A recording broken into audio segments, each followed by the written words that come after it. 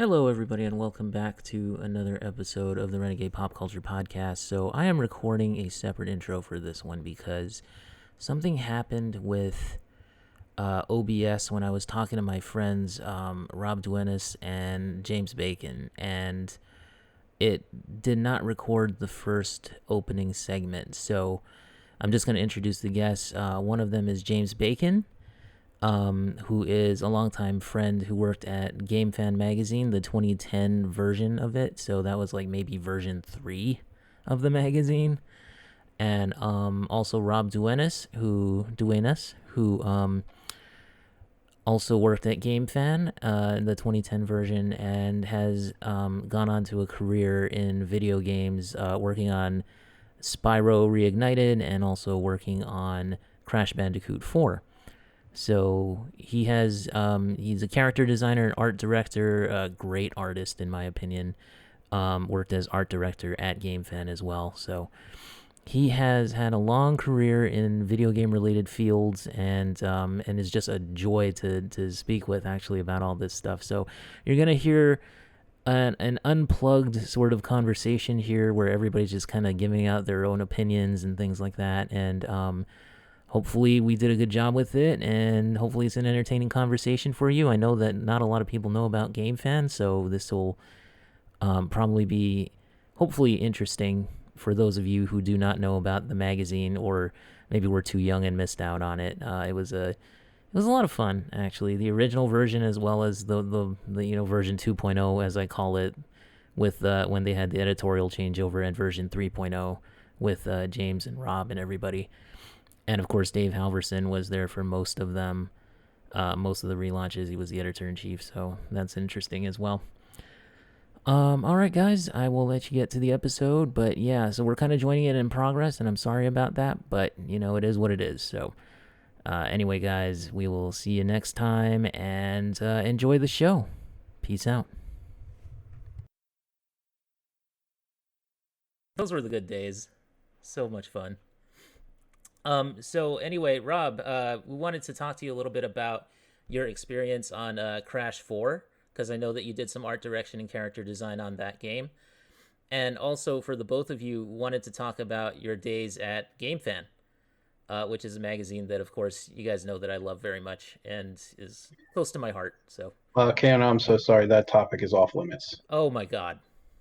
Just kidding. I know. How about this? I'm in a mood tonight, man. You got me. You asked, I'm here. I'm in a mood. Awesome. Bacon can talk about Crash, and I'll talk about GameFan. So Rob, what was your tenure on GameFan like? Wow, that's a long story. Yeah, you know. First, I want to say Bacon and I worked on what is affectionately, quotation marks around that word, called GameFan 2010. Right, because the old GameFan guys, all the cats that worked on GameFan from 92, 93, around there to 2000, I want to say it was. Yeah, just about that. Yeah, they hate GameFan 2010 and they don't like it when we're like, you aren't real GameFan. So for all those former old school GameFan people working out there, I know we don't count. You know what I'm saying? Like I get a lot of subtle shade from some of those people here. I won't say a lot, but here and there. When GameFan pops up from the older crew, it's always like at the end of the conversation is, no, 2010 doesn't count. Never should have been done. So, and they might have a point, but it's like, I did work on it. Like, it's not. Yeah. I mean, like, does GameFan, before we get into it, does GameFan start and stop when Dave leaves? Because it kept going when Dave sold it to Metropolis, right? Like, I actually like the years after Dave. So personally. like, and I'm as a fan, not as a person who worked on GameFan 2010, but as a fan, I did not like the magazine after Dave left. Really? So interesting. Yeah. So it's just funny how, like, personal taste. I don't know, like, yeah, when does it start and stop? Like does EGM really count because it had a long break in between? You know what I mean? Like and then it came back, like, and it was small. Like, I don't like. I kind of like, to me, it's kind of all part of it. It's part of the history, so I consider it valid no matter what. And I enjoyed reading GameFan whenever they came out, whenever the magazine was out, frankly. I So, think in the pantheon of game fan universes, whatever that is, the game fanosphere, we're Game Fan 2010 is like the Ren and Stimpy 2. Right? Remember Ren and Stimpy 2, the one from Oh, oh my 2004? It's gosh. yeah. It's Oh disturbing. no. It's brutal. Not a lot of people even knew it was around. I knew it was around. I freaking dreamed of getting Game Fans, man. Like, I don't know why I love that magazine so much to the point where I dreamed about going to a newsstand and buying the next issue. And for some reason, I was writing for it. That was just weird. Yeah, I think for Bacon, you can chime in too after this, but like, I think for me, see, I didn't know like who Dave Halverson really was. I just knew like Mm, I kept buying magazines and his name was on it. yeah. You know what I mean? Like it was weird. Like I'd buy Game Fan. I found Gamers Republic when I was in the army and I was in Germany overseas. It was really easy to get. Oh man. And that was my go-to magazine. I mean, I to this day I remember reading in Gamers Republic the interview they did with Naughty Dog on Crash Team Racing. As I was taking the bus, I was in the army. I was taking the bus to the PX to go pick up Crash Team Racing.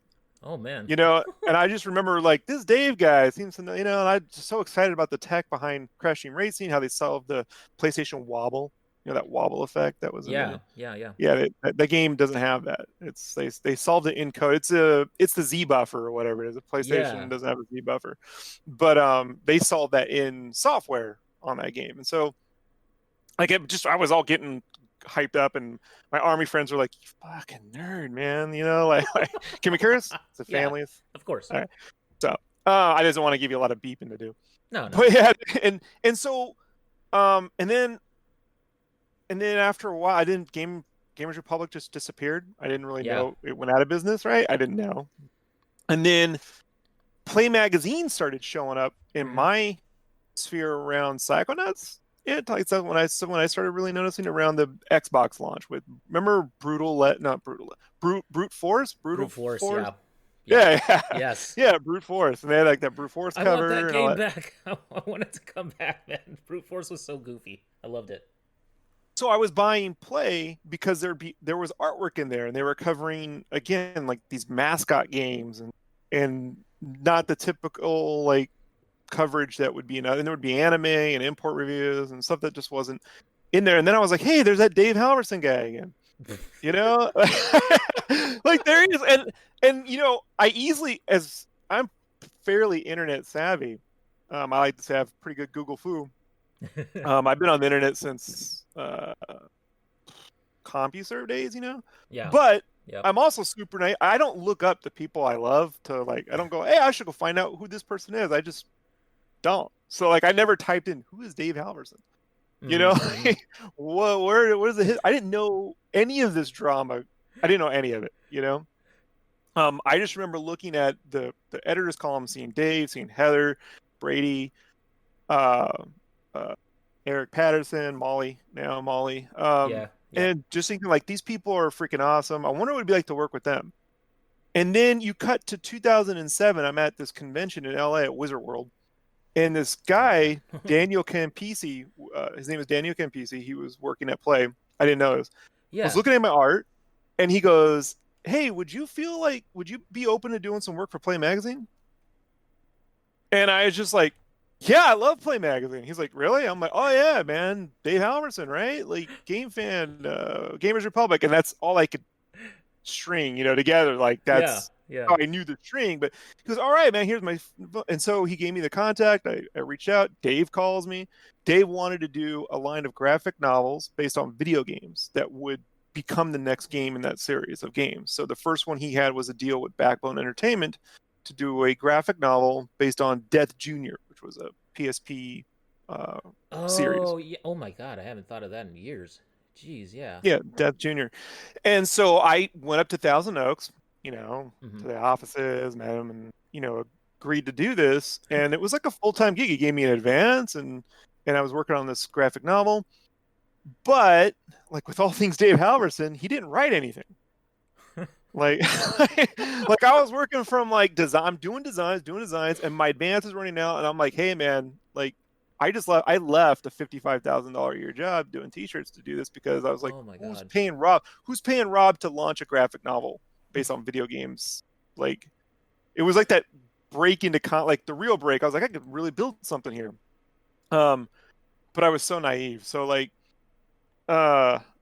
Dave was like, oh, I gotta take. I'm just so busy. I gotta take time off and go to like, I gotta get like a hotel or retreat so I can just write this script. And I'm like, why don't you just literally just write anything down and I'll draw that into pages and then you can add words afterward. He goes, can you do that? I'm like, that's how every Marvel comic was ever made, man. Just literally write down a description of what you want to happen. The Marvel method. I always Yeah. ask the guys that I have coming on the show, the independent comic creators, if they've used the Marvel method, and they're like, nope. Let me tell you something, man. I think it's the only way comics should be done. Really? As an artist, I think it's the only way. And the reason why is because comic books are not movie scripts. Ah, true. They're just not movie scripts. And everyone wants to be Alan Moore or Neil Gaiman. Yeah. You know, and they're not. Like, otherwise we'd have a whole lot more of them. So I think 90% of it should be brief descriptions of what happens. Let the artist create the tempo, the art, the design, the feel, scale. Let them do whatever they need to do to tell the story, whether that looks like storyboards, whether it looks like mind maps. I don't care. And then add the words when they're done. Yeah. So because quite frankly, like, no offense, guys, I've worked from full scripts. And I worked with Kevin Grievous, creator of Underworld. Yeah. And I love Kevin. He's a good guy, but he'd write these scripts. I had this book called Monstroids. And I'll get back to the story in a sec. I'm going to put a pin on it. But I worked on this comic called Monstroids, which was like the monsters of old rebuilt like RoboCop, and they fight crime. I remember Monstroids. Yeah. And these are like He-Man style action figure like characters, right? Monsters. Yeah. And he'd be like, yeah, the Monstroids are sitting at a table at a meeting. And I'm like, all right, like, what size is this table, man? Like, like, because to me, like, it felt like it felt like trying to shove a He-Man into a G.I. Joe plane. You know what I mean? Like the monsters of the round table or something. What the heck, man? Because they're just so huge. And he would be like, every panel, he's like, well, they're in the background. I'm like, I'm only drawing who's talking. Yeah. Because I can't draw 15 characters every panel, man. Like, there's just no room for this, you know? Like, or time or anything else. And so just as I worked with those kinds of scripts, you know, they would do things like fade in, fade out. I'm like, it's a comic book, man. There's no fading. Like, you know, and then they would go, well, they did this thing where it's like 6 panels, it's going to be this, and 1 page equals 1 page of script. And I'm like, it really doesn't, man, because like sometimes things don't move the way they need to, and you need an extra panel, or you want to pop something out. So I just, like, I want to get, without getting on a tangent, I just personally believe if you want visually interesting and unique products, you need to let the artist develop the tool set to tell those stories. And forcing them to create comics like storyboards on a page, man, I love Miyazaki. I own the storyboards that he drew for Porco Rosso. It's like a Japanese book. It's just the storyboards. You don't want to read that as a comic. Yeah. You know, like when you read that, it's really boring. You're like, oh, okay, all right. But when I read Nausicaa, which is an actual manga that he drew, it took him 12, 15 years to do it, it's amazing because it's made for the page. He didn't draw Nausicaa like storyboards. So if the master of all storyboards, you know what I mean? Yeah. Hayao Miyazaki did not write a full script and then draw the comic, why are we all doing that? Like, because I'll put point. Miyazaki, you know, but this is just a conversation. The problem is everyone just, they want to turn comics, and they have turned comics into like, we have a script, we get an artist, we chuck out a book. And I'm like, yeah, man, but the ones you remember weren't made that way. Like, most of them weren't. Some of them were, but most of them weren't made that way. So anyway, I think that's a good perspective to bring, though, because it's the artist's perspective. Whereas I've been interviewing a lot of writers, and it's always like, you know, we want to do the full script and make sure that everything is like cinematic and what have you. But because they want jobs making movies and writing TV shows, they're not interested in making comics. I'm sorry. Like, you think Bill Watterson wrote out fade in, fade out, cut to when he wrote Calvin and Hobbes? Like, you really think that happened? Like, you know, he had an idea, he sketched it out, drew it, and then added words after the fact. And I'm sorry, show me one modern comic books writer that can beat Bill Watterson or artist. Like you see what I'm saying? Like it's just the medium is not a movie in paper form. You know, I just fundamentally reject that. And that's why most movie adaptations of comic book movie adaptations of films suck. Like you read them, you're like, not like the movie, man. You know, every now and then you get a gem like the Turtles or maybe the first Turtles one because Kevin Eastman did all the breakdowns, right? Yeah. But he did it like a comic. He didn't draw it like it's so funny, man. So anyway, so Dave was taking forever, and I was running out of money. And I live in San Diego, and I don't know if you're aware of the cost of living in Southern California, but you know, running out of money is not a good option. No, I don't recommend it. So I went up to Thousand Oaks, and I had this meeting with Dave, and I met Dan because I was friends with Dan, the guy who recommended me. We went to dinner the night before. He goes, "Well, so what are you doing up here?" I said, "Well, I'm going to pitch Dave. I'm going to pitch Dave on getting me hired full time as a staff artist." And he looked at me and he's like, "Dave's never going to do that." And I'm like, "Let me tell you what's going to happen. I'm going to walk into that room. You're going to watch it. I'm going to walk in the room. When I walk out, I'm going to come out making $30,000-$40,000 a year being a staff artist. Just watch." That's what happened. Like, it's one of the few times in my life where I was like, I got a plan. Here's how it's going to roll. If Dave has hopes and dreams and he wants them to come true, then he's going to have to play ball or I'm just going to walk, you know? And so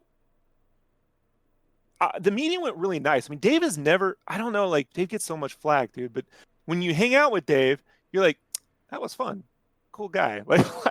You know, it's when Dave needs to cut a paycheck, you're like, I don't like Dave. You know, this is what I've read. This is what I've heard. Yeah. Yeah. So, but at the time, everything was flowing. So I just went in there. You know, he wanted to talk the book, and then I was like, you know, I got a problem. And he goes, "What?" And so then I told him the whole deal. And then he goes, "So what would you do as staff artist?" I'm like, "Look, you already take the other guy, Danny, who's a brilliant artist, doing commissions of art." I'm like, "But you could have more art. You could have a second cover every issue. You wouldn't have to pay for that. And then you can, while you write your script, I could be doing that stuff. I could be doing pinups for the interior of the magazine. And then when you're ready for scripts, then I can draw the comic and then go back and forth. And we can make the artwork in the magazine even more, you know, whatever." And he's like, "That's a great idea." And I'm like, "Isn't it?" You know, so, you know, got that money. And then that's how I got on GameFan officially full time. Wow. Yeah. And so GameFan went out of business a year later. That didn't live too long. I got a bit of Death Jr. done, but Dave never really wrote a script. He was always sending me notes, and then I'd turn them into pages. So Dave tells me, he goes, play was over. I said GameFan, I meant Play Magazine went out of business a year later. I almost had the full run of Play. So. Oh, nice. Yeah, nice. I had like a letter in there one time in like the Toe Gem and Earl cover book, whatever issue that was. Dave sent me. I'll talk about this in a second. But Dave, when Dave pitched me working on GameFan 2010, he sent me a bunch of reference, and he sent me. There was apparently after Gamers Republic, they did 1 or 2 issues of something called GR. I thought they did a Game Go. I thought that was Halverson. That was Eric Milanus. That was ECM. You're right. Crew. You're right. You're right. Now, this thing was called GR, and it looked like a prototype of Play. Yeah, he probably only printed enough to try to get advertisers on board. I don't remember that one at all. Yeah. Yeah, I've never seen it before this, but he sent it to me. I have it, and it's like GR, and it looks kind of like Play with a little bit of like the Techno Square fonts. You know those Wipeout fonts, like a little bit of that Wipeout look. Yeah. And then that he's like, we did this thing called GR, and then we did Play, and he sent me like the first issue of Play, and I'm looking at it, and he's like, I just kind of want to do. He's like, I'm gonna have a guy. So he pitched me, I want to relaunch GameFan instead of me going back to doing T-shirts. This was what I was doing before all this, licensed apparel. And he said, I want to do GameFan, but I'm gonna have a guy do the layouts like Play. But can you take a Play layout and make it look GameFan-y, like with airbrushing and whatever GameFan kind of looked like? All the colors and whatnot, because Play was really minimalist, especially when it first started. Like, it was a lot of white space, if I remember right. Well, it's smart because that's how you make a whole magazine in a week. Right. Like that comes from the fact that they'd have to make one in 1 week. Yeah. Yeah.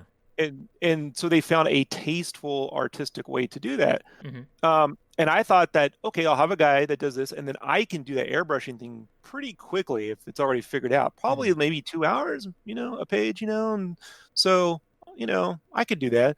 And so I did a test. They did the Bayonetta layout from one of the issues of Play. He sent it over to me, airbrush it. He goes, that looks great. Let's do that. I'm like, perfect. And then a week later, he's like, guy quit. The layout guy quit. And Oh, no. and I was already on my way up to Thousand Oaks to meet the guy. And Dave, he's like, so, what do you, how about this? Instead of meeting him, I could show you how to make the magazine and you could do the layouts. Now, at this point, guys, I think I should have just walked. Any sound individual would have just been like, there's a recession going on. I'm not making a lot of money right now. I don't know anything about making a magazine. This was not what I was asked to do. But, what if it did take off? And then I was like, I was the guy who turned it down. So, you're like, I guess, I'll roll the dice again. My wife at the time, we weren't married, but she was like, all right, give it a shot. I'm like, okay. So I go up there. And Dave's like, yeah, it's this program called InDesign. You just draw boxes and you put stuff in it, and that's a magazine. And I'm like, then why aren't you doing it? Like, right. If it's so easy, then why don't you? What was that? You ever see that movie Get Shorty? Yes. And everyone's telling John Travolta like how easy it is to make a script. And then John Travolta goes, well, if it's so easy, then why don't you do it? I did the exact same thing to Dave. He's like, well, I'm not, I mean, I used to help out on GameFan. I could definitely help you at first, but I got to write a lot of stuff. I'm like, fine, I'll go figure it out. So he gave me a stack of old GameFans, and then I came to my room, and I had to lock myself in a room for a month. Oh man. And because I had to go through the iteration process. First, I didn't know anything about InDesign. 2, I didn't know anything about how to set up. GameFan has 1 million images. Yeah. Right. And the more it looked like Play, I was like, they're going to kill us if this says GameFan and it looks like Play, So I got to find something that's responsible. And then I need to be able to do it like within a week, maybe 2 weeks, maybe 2 weeks. So I locked myself in a room. I bought a box of donuts from this donut shop down my house, Rose's Donuts, best donuts in San Diego. Kearny Mesa, go get it. And I would just take a bite of a donut when I'd get tired. And I just sort of worked for like 20 hours straight, 4 hours sleep on the floor, shower, get back in there. And I did that for a month. I made the first issue 3, 4, or 5 times, somewhere around, I don't know, so many times. I actually did the version of the first issue that I thought was complete. I actually messed up the measurements, so it was 1 inch wider than it should have been taller. So like redo all the graphics in 24 hours and fix all that for Dave. And that first issue, that first issue was crazy because the cover art was supposed to be No More Heroes. I actually done this cover for No More Heroes 2 for the 100th issue of Play magazine. It was already done. Approved. It's the artwork itself is in my DeviantArt guide if you type in No More Heroes. And then Dave said, we're going to move that to GameFan. That'll be our launch issue. And so we had a No More Heroes coverage in there. We had an interview with Grasshopper and all them. But when the issue was done, Dave said, the games, it's already out. We need a new game. We can't put an old game on the cover. I'm like, well, what are we putting on the cover? He's like, Blade Kitten. Blade Kitten, I'm looking at it, and I'm like, look, Dave, I appreciate that you cover this. This is not good art. I think my art is better, and I don't care if the game's already out. How many people really know about No More Heroes? Let them go. Yeah. Guys, I always had this belief. I don't know why they put new games on the covers, because one, what if that game sucks? You know what I mean? Like, I guess I get it's tight around ad campaigns, but this was an indie game. There's no ad campaign for Blade Kitten, I assure you. Yeah. No one. So just put what you love on there. How can you possibly put? We all know No More Heroes is going to be great. Yeah. And the artwork was done. Yeah. But I lost that battle, so I was like, whatever. It's the cover. Oh You my know, so god. Blade Kitten's the cover, and then the other thing was Dave was working with Macabral. Macabral is a really good dude. I like Matt a lot. Mm-hmm. I've never been able to talk to Matt about this personally because I only met him once and I didn't want to bring up this problem. Mm-hmm. But they had this thing on the back. Someone thought it'd be. Dave told me it was Matt's idea, but you can take Dave's opinion worth. You know what I mean? It's like Michael Scott. Like that may be true. I don't know. Yeah. Someone decided to make GameFan a flip book magazine. Oh yes. Where I one remember side that. is GameFan and the other side is movie fan. And I was told that I didn't have to worry about movie fan. I'm just making the GameFan part. Okay. Oh my goodness. But nobody had GameFan, movie fan, anything. They didn't have pages. They didn't have a logo. They didn't know what it was going to look like. And so Dave said, "Can you just do something really basic, like just like play, but make it?" And I'm like, I guess I can. I'm like, "Where are the assets? All the images?" He's like, "We got movie posters and we got these images. Everything was web size, 100 kilobytes." Oh, now, if your fans don't know this, GameFan 2010 is a 10 by 12 magazine. Yeah. It's the size of New Type or Rolling Stone. Yeah, it's oversized. Yeah. Yeah, it's the IMAX of magazine. I think it was even like saddle stitched or something, right? Like it wasn't. Yeah. So you can lay it flat. Yeah. Dave was like, "You can roll it up, put in your bag, ride your bike." I'm like, "Dave, no one's gonna put it in their back pocket and ride the bike." But okay. Yeah, seriously. You know, we both. I didn't like that. Well, you know, it's impactful when you put it in front of people because he gave me a small digest idea or this big version. Yeah, I had to pick one of the two. I should have picked a smaller one, right? In hindsight, but my theory at the time was, I know if we put a giant 22-inch wide by 10-inch wide spread in front of an advertiser, we can knock their socks off. Mm-hmm, mm-hmm. You see what I'm saying? Like that's my rationale for it. Yeah. I didn't realize how incredibly unproductive a magazine that size is. So the assets for Movie Fan were 150 kilobytes. We're talking like 200 pixels wide. Oh man. And so like you can't put that no matter how you scale it up, guys. You can't. That's like dropping. Yeah, that's not gonna work. Yeah. That's like dropping a dime in a ball pit. Yeah. And being like, "There's my dime." You know, you're like, you find it. So I had to make Movie Fan in about 24 hours from scratch. I had to get all the assets. My way around it was I had a 3D program, so I typed all the assets, all the names of the logos for the sections of the magazine in 3D and rendered them out really quick and put them in there just to give it a different look from GameFan. Mm-hmm. And I remember when that came out, ex-GameFan people on NeoGAF were just like, "In this 3D text, ha ha ha," you know. He learned. Looks like their graphic designer learned how to make 3D text. You know, it's just that first issue was just a comedy of like a giant comedy of errors. You know. Yeah. Down the down the center of the whatever, the creative aisle or whatever. So considering that you had to put it together in like 24 hours and you didn't have anything to really work with unless they wanted it to be Pixel Fan. But that look, I would have loved to make Pixel Fan if it was all pixels. You know what I mean? Yeah. Yeah.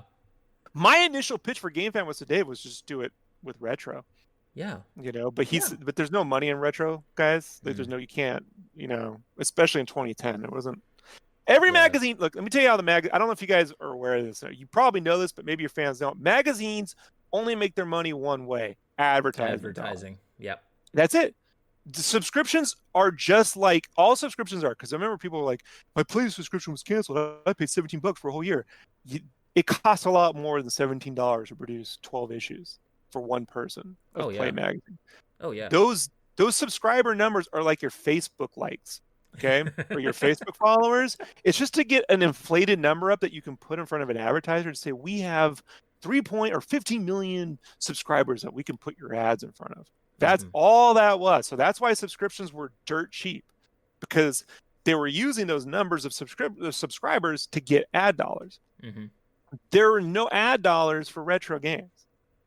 Yeah. You know, like now That's more true. maybe, but definitely not enough to run, you know, 100,000 copies a month of any magazine. So that's why you don't see. Especially an independent magazine. Yeah, so they go, but what about Retro Magazine? Look at those UK magazines are primarily out the UK. That's a different advertising model. It's a different fan base. People read, they take the train or the tube, all over Europe. I lived in Europe for 3 years in Germany. You read all the time on the train. When America drive, no one's reading, man. Like, so like you read, it's just it's a different market. It doesn't work. Anyhow, any questions about GameFan issue 1 though? Like anything? Or... I read through it a little bit earlier today. Not read through it, but I mean, I like skimmed it just to recall like what I had, and I remember that I had actually bought that issue at Barnes and Noble. Yes, back in Hawaii when I was living there, and like, it for me it was cool to see GameFan back. Like I didn't really care about the behind the scenes stuff because I was naive back then, but it's. Yeah, I don't know that I have any more questions, really, because I think you actually answered most of my questions about it. I think it was just, like, I just wanted to hear you kind of, like, talk about your experiences with it, because I know, we all know about good old Dave. But, and I mean, mad respect to him, because, you know what? He was an independent magazine guy, and he launched a lot of stuff, so, I mean, I have respect for the guy, and I enjoyed his passion, and I enjoyed his writing. But...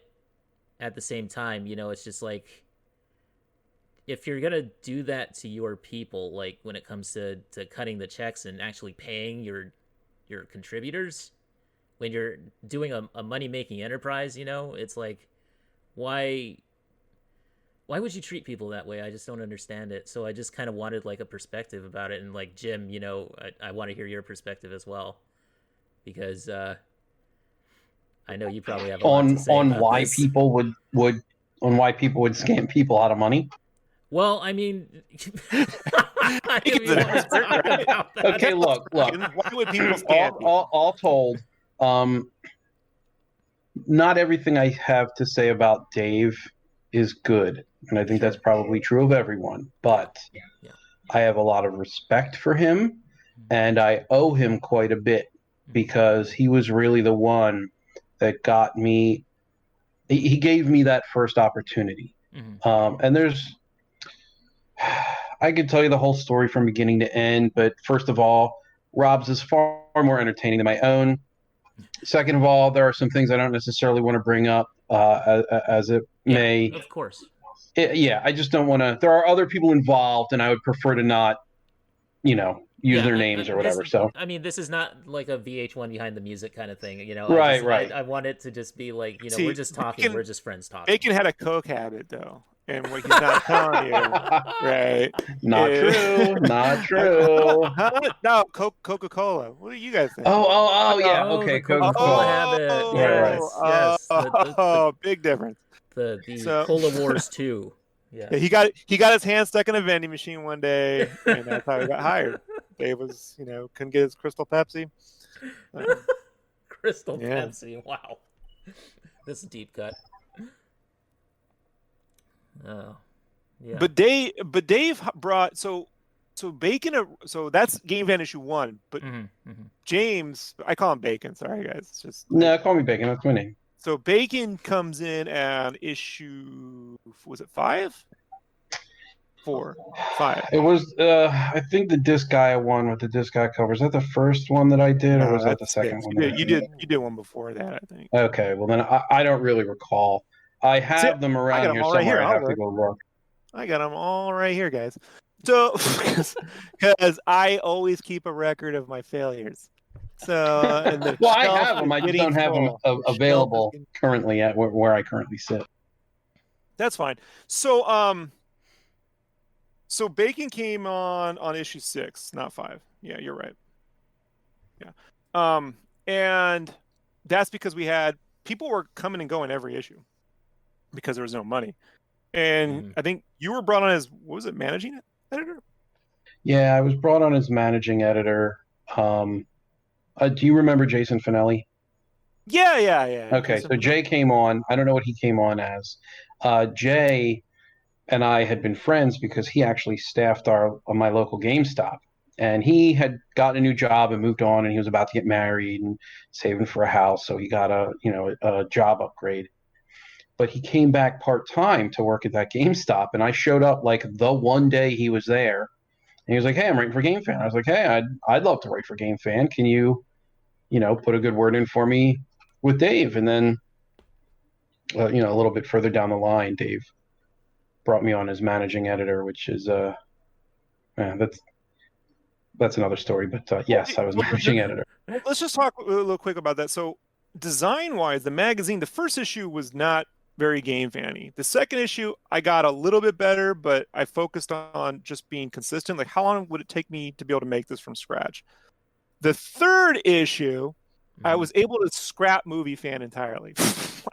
I got the hell out of there as soon as humanly possible. And I really felt like the third issue was where I was able to make it look like a modern day Game Fan. So, I mean, it has tons of screens, it has colors, but it still has the screens, most of them at the size of like Play Magazine screens, because the magazine's so big, you could.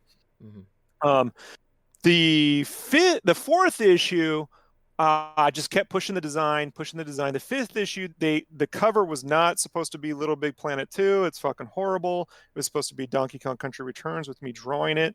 The one thing I couldn't get was me drawing the covers. Dave just kept putting it off, but with issue 6, when baking comes on, I was able to do two things.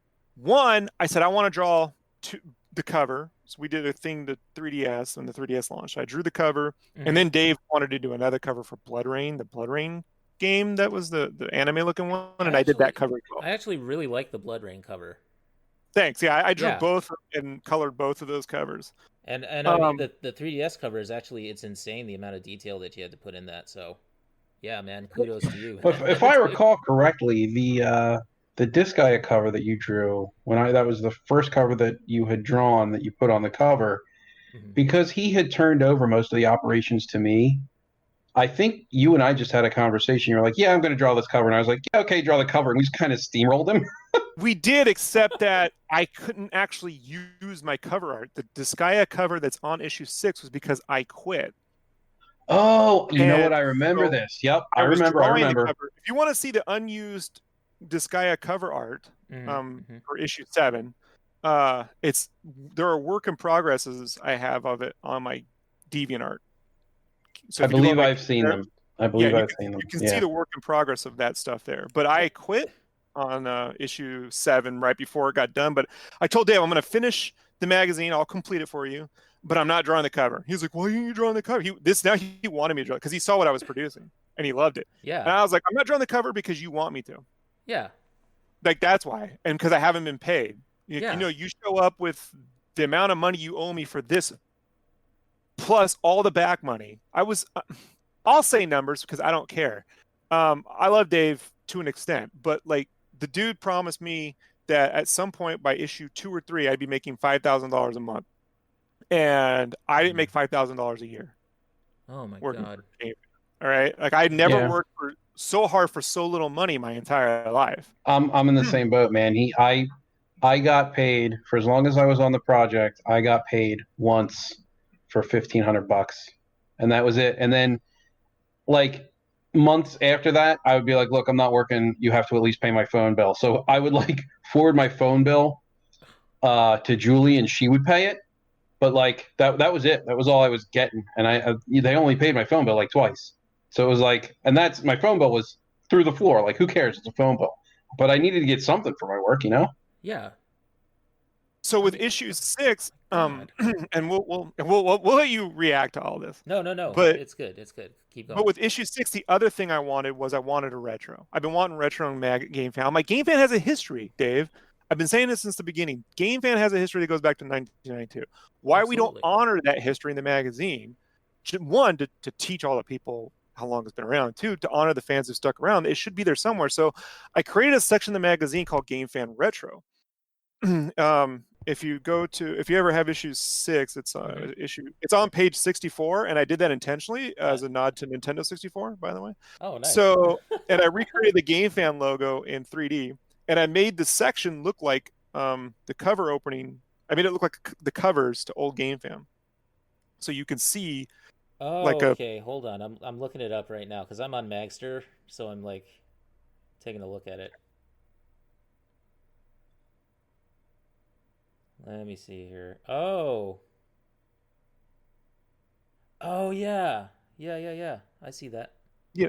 So I just recreated the whole look of the old GameFan covers as Yeah, the totally. second opener. Yeah. Yeah, and then I went through, and the very first thing you see is something called Console Junkies, which was my initial idea for Game Cave. And because this layout is based on the old Game Cave ads that used to run in GameFan Magazine. Yes. It is. Yeah. Yeah, I see it. So I turned those, I love that ad layout. I wanted to turn that into Dave, because Dave loves top 10s, top 100s, or whatever. Mm-hmm. I wanted to turn that into a top, however many games we could shove in here, spread, like the best of. Yeah. Stuff. So, and then from there, the retro section where it's just got giant pixel screens, and Oh yeah, dude. it, I see it. it's Yeah. invoking the layouts of old GameFan. Like, Yeah, you even have like the box at the bottom with the author's picture and everything on there, and like, yeah. The I just tried info to make it box. like a little slicker and a little, Yeah. more modern, but it still had that retro look. And then there's some anime stuff. So Yeah. I got those two in there. So issue 6 was like, I got to finally see the version of the magazine I always wanted to see, with my art on the cover, with the retro, and then I was ready to go. Yeah. Like, I mean, dude, you know what? I would have read that for many more months, man, if it had continued. Let me tell you, because Bacon that would have been retro happy to help me section. make it, right? Like, Oh yeah. Yeah, that retro section is awesome. Yeah. yeah, what Bacon did, what James did on issue 7, where he really like helped me get away with murder, was two things. We did a Jamestown layout, giant pixel spread shmup on Steam, and I started putting like our names really, really big, like in pixels, and like who did it, and then he didn't want that in there, but we got that in, and then we did this Disgaea layout that is knucking fuds, bro. Like, to this day, I look at it, I'm like, I can't believe this is a game layout. Did you guys do like who came up with the nicknames, like the kind of old school game fan nicknames? Everything except for the words was Rob. All of it. The nicknames, the art, the layout, all of it. All Awesome. I did, he showed me his layouts or the blueprints for the layouts, and I would say, how many words do you need? And I would write the piece. So that's as far as, now on the managing editor side, quote unquote managing editor, really all I did was, because Rob had been doing this for so long and I was kind of new and I was inexperienced, I really kind of looked to him to see what we were going to do. And so we kind of had this, it wasn't even unspoken. We would talk about it all the time, but we would pretty much, because the decision making had essentially been turned over to me, and all we looked to Dave for was final approval. We just did whatever we wanted, and we would usually do it up to deadline so that you couldn't really make any changes when we were done. Mm-hmm. So the reason why there's names right there is because I wanted that part of game. So GameFan back in the day had these fictional characters that the editors kind of worked under. It was the editors, and they'd have a name, and they'd have a drawing. A nickname. Yeah. But it wasn't a real character; it was a nickname. And Dave told me off the record, and I'll just say, like, he did that so that if he changed someone's review, he could just use their name and it wouldn't say Dave Halvers, or he could write under multiple people. Yeah, and because I understand that he was Eaststorm, and he was like Skids, and he was like just like Mr. Goo or something was him as well. But I wanted to do a comic, and I actually have layouts. I was going to put a comic in this issue called a Game Fan comic that took place way in the future, where there was only one fan of Game Fan left, and she finds Eaststorm, Dave's old, character. They find Eaststorm a monitor, and Eaststorm sort of like leaves Game Fan to the fans. Like, she's the only Game Fan left. Like, it's a world where gaming is taking over everything, and there are no fans anymore. Yeah, everyone, and so no one's actually a fan of anything, and so she's the only fan left, and he bequeaths. So that's why she's actually in that fictional character is right here, Resner Retro Manager. Cat Harley, Bombcat is a fictional character. Oh, really? Yeah, that's not real. So like, that was just because I was going to make it a comic, and then when I quit on this issue, I just didn't feel like finishing the comic or drawing the cover. But I came up with all the names. Just I wanted Dave to use his Eaststorm, obviously. solid sketch, heavy metal, Fury X. Wesley hated the clown. I drew a Joker. So he's like, I don't look like that. I'm like, I don't care. I remember that. He really hated it. Yeah, he really hated it, so, but, it was what it was, so. Oh, and then, yeah, I see the Joker thing. Yeah. That's a pretty badass Joker, though, man. Like, I wouldn't have, I don't know, I'd be fine with that. I needed a villain, and Wesley hates being the villain because Wesley's a good dude. And I love making Wesley the villain because he hates it. So I was like, you're gonna be the villain. And he's like, I hate you. I was like, that's why you're the villain. You hate me. Like, see, it works. Like, oh my God. I totally see now. Yeah. The bomb cat thing is definitely, yeah, it reads like she's a character. Yeah, so she's my character from a book called Game Cave, a project called Game Cave, working on for the better part of since 2010, 10 years now. Yeah, 10 years.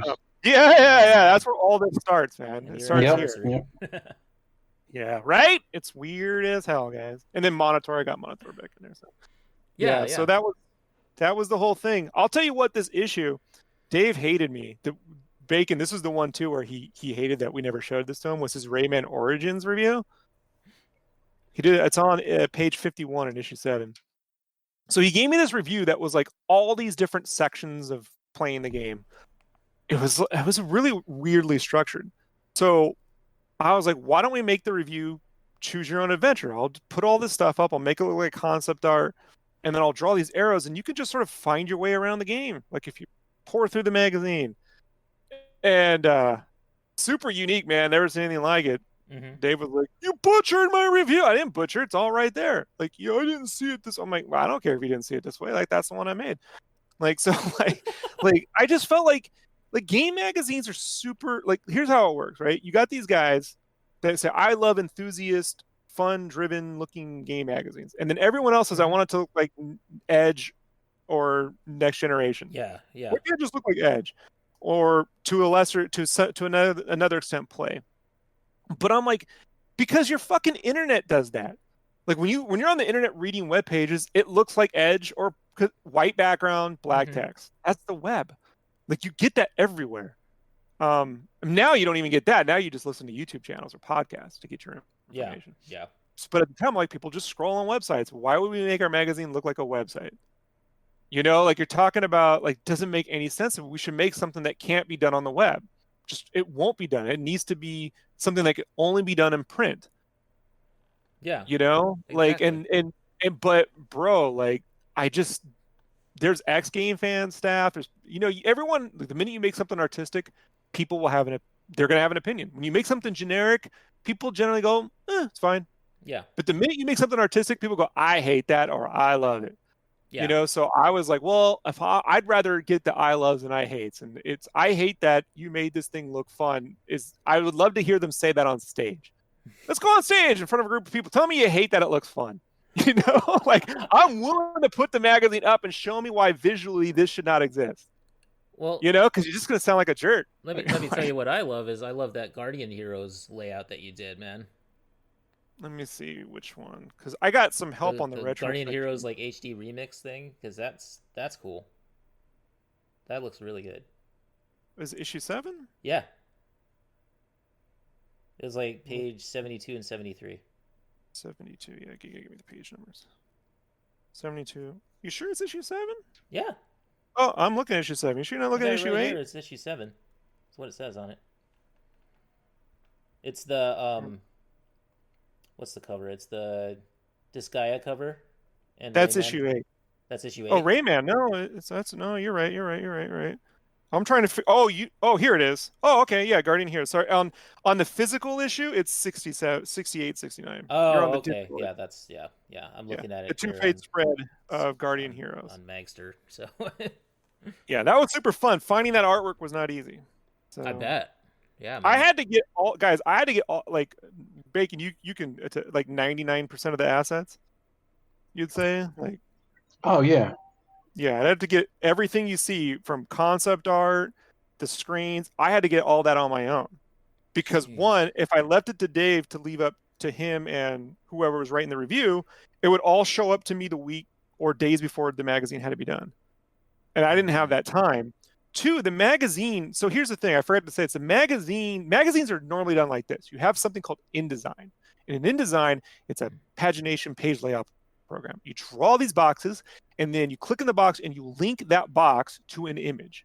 So when you're working on layouts, you're not actually putting images in your document. You're putting links to images in your document. And that makes it really manageable. You can move things around. It doesn't low. But GameFan is a bazillion screens, old school GameFan. Yeah. And they did not work that way. Everyone did their own layouts. Every editor did their own layout for their game. They'd get their own screens. They'd be capturing them with Polaroids or a capture station, however they did it. Changed every time someone, changed, as you've read throughout GameFan, changed whoever was working there.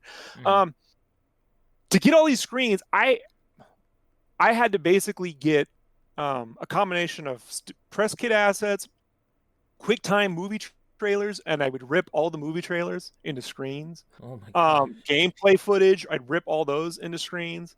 And I'd get the pagination early, and I'd spend an entire week just data collecting for 20 hours a day, all the stuff I needed for the issue. As much as I could get, just as many screens, as many art. I would dig through Japanese websites to get artwork for games. So there's a game. What was the game that you covered, James? It was a Steel something. It was like a tank game or something like that. And oh, good Lord. I know what you're talking about. And it was a twin stick shooter. I don't remember. Go ahead. Yeah, the artwork was really boring, but in Japan, the game came with these hot like anime chicks, right? Because they had to sell it in Japan. And so I was like, GameFan needs that, So like that's what we do. So I had to go to the Japanese site to get like, artwork driven assets and all this stuff, and then I'd put it together in Photoshop. So all these spreads that you see with all these screens, there's not 100 boxes in InDesign linked to something. It's only one image.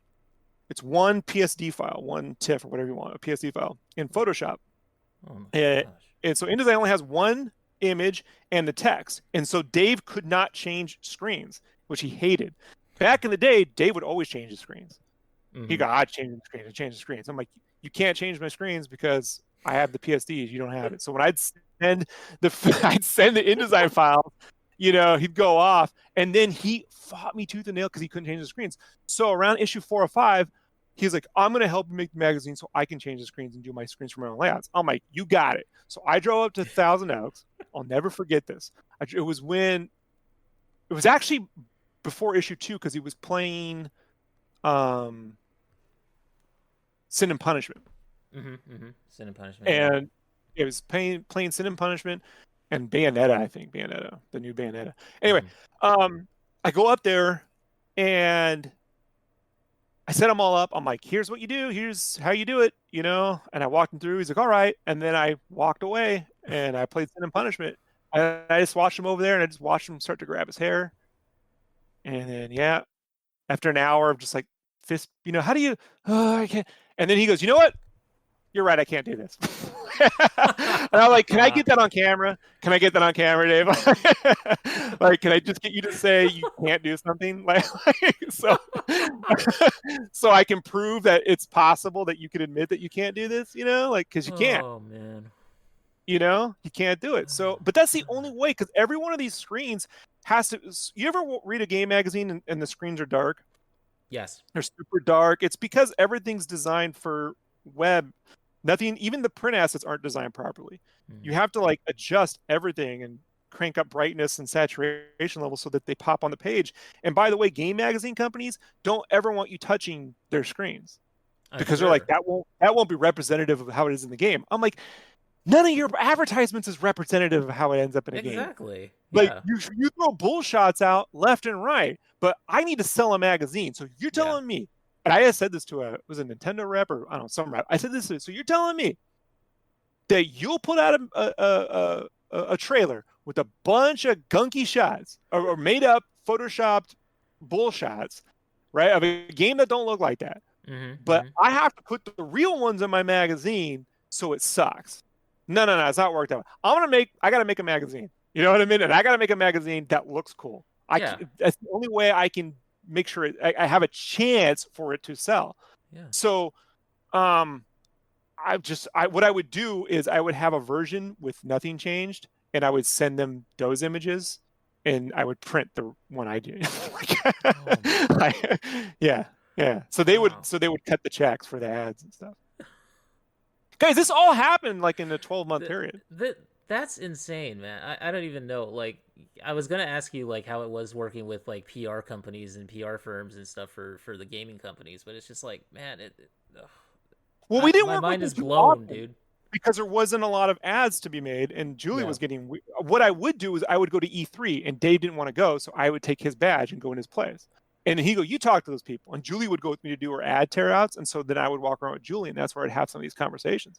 They go, "I don't want you to," and I'm like, "Yeah," and I would just explain the case. Here's what we're doing, and here's why. And they're like, "Well, you can't," and I'm just like.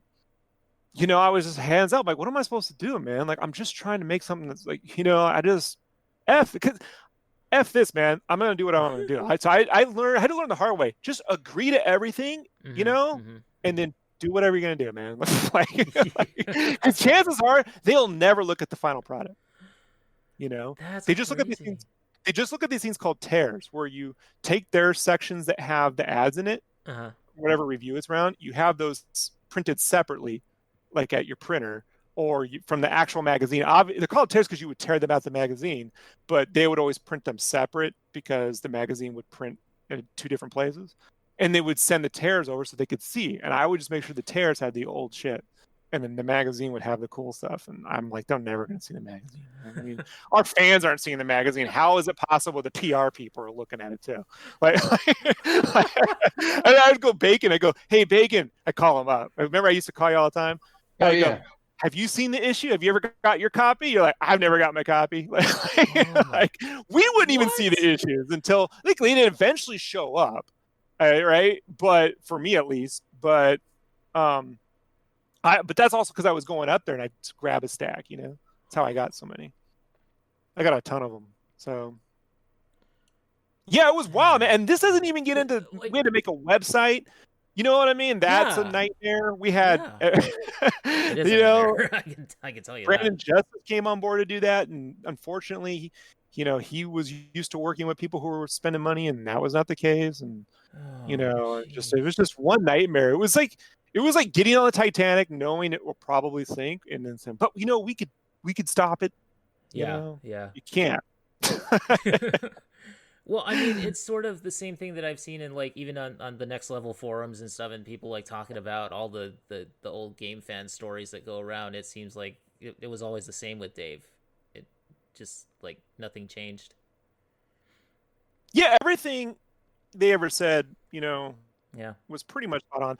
I did have a chance when I was at that. I called it the bunker, where he made GameFan. It was like this one office with a storage unit. Like, the storage units that have an office attached to it? Mm-hmm. It was one of those kind of buildings in the middle of Thousand Oaks. Oh, man. Really was a did you ever go there? Say that again, Rob? Did you ever go to the bunker? Did you ever fly out to Thousand Oaks? Or Nope. Bummer. So Dave put all of his stuff in there. It was fun to look at. He had his tons of memorabilia, dude. So like that stuff was everywhere. But Dave and I would be there late at night, and so I would go, "All right, so Dave, what's up with the Sonic statue? Like, did you really?" He'd go, The infamous Sonic statue. Yeah. I'm only going to ask you all the questions you've heard a million times once, and I'll never do it again. Yeah. You know what I mean? But I got to do it because he told me this. I didn't. He says he didn't spend everyone's money to buy a Sonic statue. That they had the Sonic statue there. He told the PR guy he'd love to have it, and that one day it showed up coincidentally at a time when they were not exactly processing checks fast enough. Yeah. Yeah. So I was like, all right. And then I said, what about the racial stuff in the magazine that was printed? The weird. Oh yeah. Page thing. God, I remember that. I have that issue. Alexa, stop. So sorry. He told me the story that is on the net. He's like, yeah, he's this guy. He put it in there. He thought it'd be funny. He didn't intend for it to print, and it printed because we weren't looking. And he's like, colossal mistake, man. He's like, there was always some gap. We have a few gaps with GameFan. The very first issue, Dave and I remember we were looking at it and we're like, this is good to go. This is good to go. We were like this. And Dave goes, I think this is the least problems we've ever had typographically with the magazine ever. Poor decision. So first off, we had a guy, Kyle L. Patterson, who wrote for us. He's a fun writer. We accidentally replaced the L in his name with K. Oh. So yeah, that is issue 1. Oh. Yeah, and people on NeoGAF like, look, and they got this. They put it. There's the racial slur. I'm like, oh no, I got the racial slur. Oh no. And Kyle goes, hey, and I'm like, sorry, dude. You know what I mean? Like, there's a few. That was issue 1. Yeah, it's issue 1 in the editor. There's this little editor section that looks kind of like the stats to an RPG. I was trying to do the editors something fun. I didn't have time to draw characters, so I made them all look like pixel. Like I grabbed some stock pixel art, and I was trying to do something with it. I see. And Kyle, yeah, you see it. So yeah, that was not good. Oh man. The other thing there's stuff around, like every now and then you'll see a pull quote where it just says pull insert quote here, pull quote here. So there's things like that, dude, that it's just there's some mistakes. And every one of his magazines, there was magazines they printed where they had a whole pull quotes. There was a Clone Wars review they did once for the anime series, the animated Clone Wars series, that was all just gobbledygook, like XXZZY, so it was like this stuff happens all the time. Yeah. But that one hurt, the Kyle's name. So I was like, hey, so you're cool the next time. He's like, no. And I'm like, I'm not going to do it.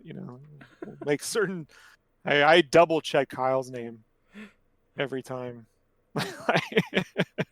Moving forward. So ridiculous. So. Oh man. So I want to go back to something that you mentioned too, which is that, so Dave didn't want to go to E3. Yeah, he didn't ever want to go to E3. He's like, I hate going to E3. I'm like, well, can I go in your place? Why did he hate it? Because it seemed like he was so enthusiastic about it every time he read the issue. I think he didn't want to answer questions from, hey, what's going on? I just think once somebody, gotcha. I can't confirm that, but he showed up to E3. So I went for 2 years. I went 2010, 2011. Yeah. 2010, I was there at the Nintendo press conference and the reveal of the 3DS because I went in Dave's place. In 2011, I got to see the Wii U, like live at the Nintendo conference, and then they never did it again. So for me, I was like, I went to the last ones. Yeah. I got to watch Miyamoto conduct an orchestra. Oh yes. Yeah, super awesome. But Dave showed up for about an hour the last day or the Saturday or whatever it was, the second day of 2011. But he never went to meetings. He just didn't want to go to meetings. He just didn't want to do it. He didn't want to sit there. So I went, and I would go. I'm like GameFan, and everyone would ask me, "Hey, where's Dave?" I'm like, man, he's around here somewhere. Like, I'm like, I'm sorry. They didn't care to see me. So what do you do? I'm the art director. Like, oh. I was like, I should tell him. I pretty much make the entire magazine minus words. Yeah, actually. But they still didn't care. Honestly, the only people who ever cared at E3 were the Nintendo booth guys. When the Wii U came out, they were like, GameFan, I love GameFan. I'm like the old one? He's like, no, this one, and I was like, really? It's like, yeah. So they gave me the 4-star treatment. I had to stand in the line, went right to the front. I realized that the Wii U does not have dual touch, and I was like, well, it's not going to be perfect, Played that cool Zelda Ocarina of Time HD demo, and then rolled out. But no, Dave just didn't want to go to E3. He didn't like going to meetings, anything. Look, I can say this because it's not a big thing, but Dave said something to me once. It was that night, one of the last nights I was there in the bunker. And we were talking about, I was listening to Michael Jackson music because he had just passed, and that's how I deal, I'm like, yeah. He's like, I don't want to listen to it because he was a big music fan, big Michael fan. Dave owns the Moonwalker arcade cabinet. And I'm like, all right, I won't listen to it. So I guess I was already irritated. And then he wanted to talk politics, which I didn't like to do. And he goes, Trump's going to run, man. And I'm like, look, say we want about politics. I'm like, look, I don't like the guy. It goes way back for me. And I'm like, and if he ran, it'd be the biggest mistake this country ever saw. And he's like, nah. And I'm like, yeah. And I bring it up because there's a lot of similarities if you want to talk about unchecked CEOs who kind of just do whatever they want and don't want to pay attention at meetings and have questionable behavior, who might be under, I don't know, you know what I mean? Like, you're like, it's odd behavior. One day he's normal, next day he's not. I don't know.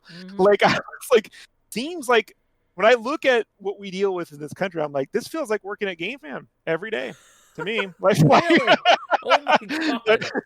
You know, like, I'm actually living out the weird pseudo fantasy of working at GameFan then, just by living. Yeah, he asked me to come back in 2014, and I said no. Oh, the 2014. Yeah, that was I said, here's the only way I'll consider it. If you I need a check for $50,000. That's half of what you owed me, and then I need a guarantee. I need a check, and then I need an advance of another $50,000 for the next year. Oh my gosh! And then I will work, and and then he obviously didn't return. Yeah, he obviously didn't. Yeah.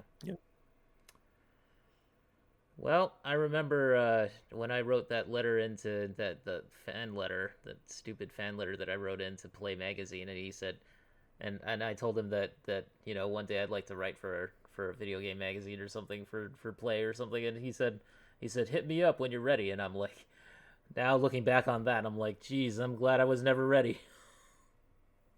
Maybe, I mean, like, Dave had a great eye for talent. I'm not talking about me. I'm talking about, like, Heather Campbell's one of the.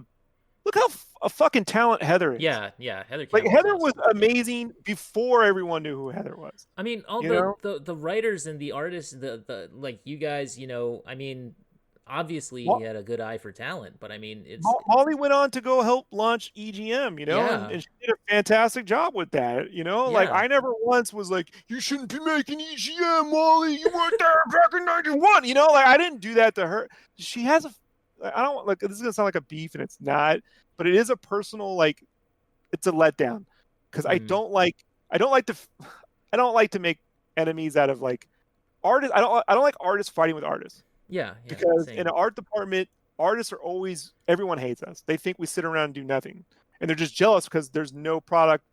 Sorry, but when you're in art driven, like, I did t-shirts and licensed apparels. If we don't make art, the shirts are blank.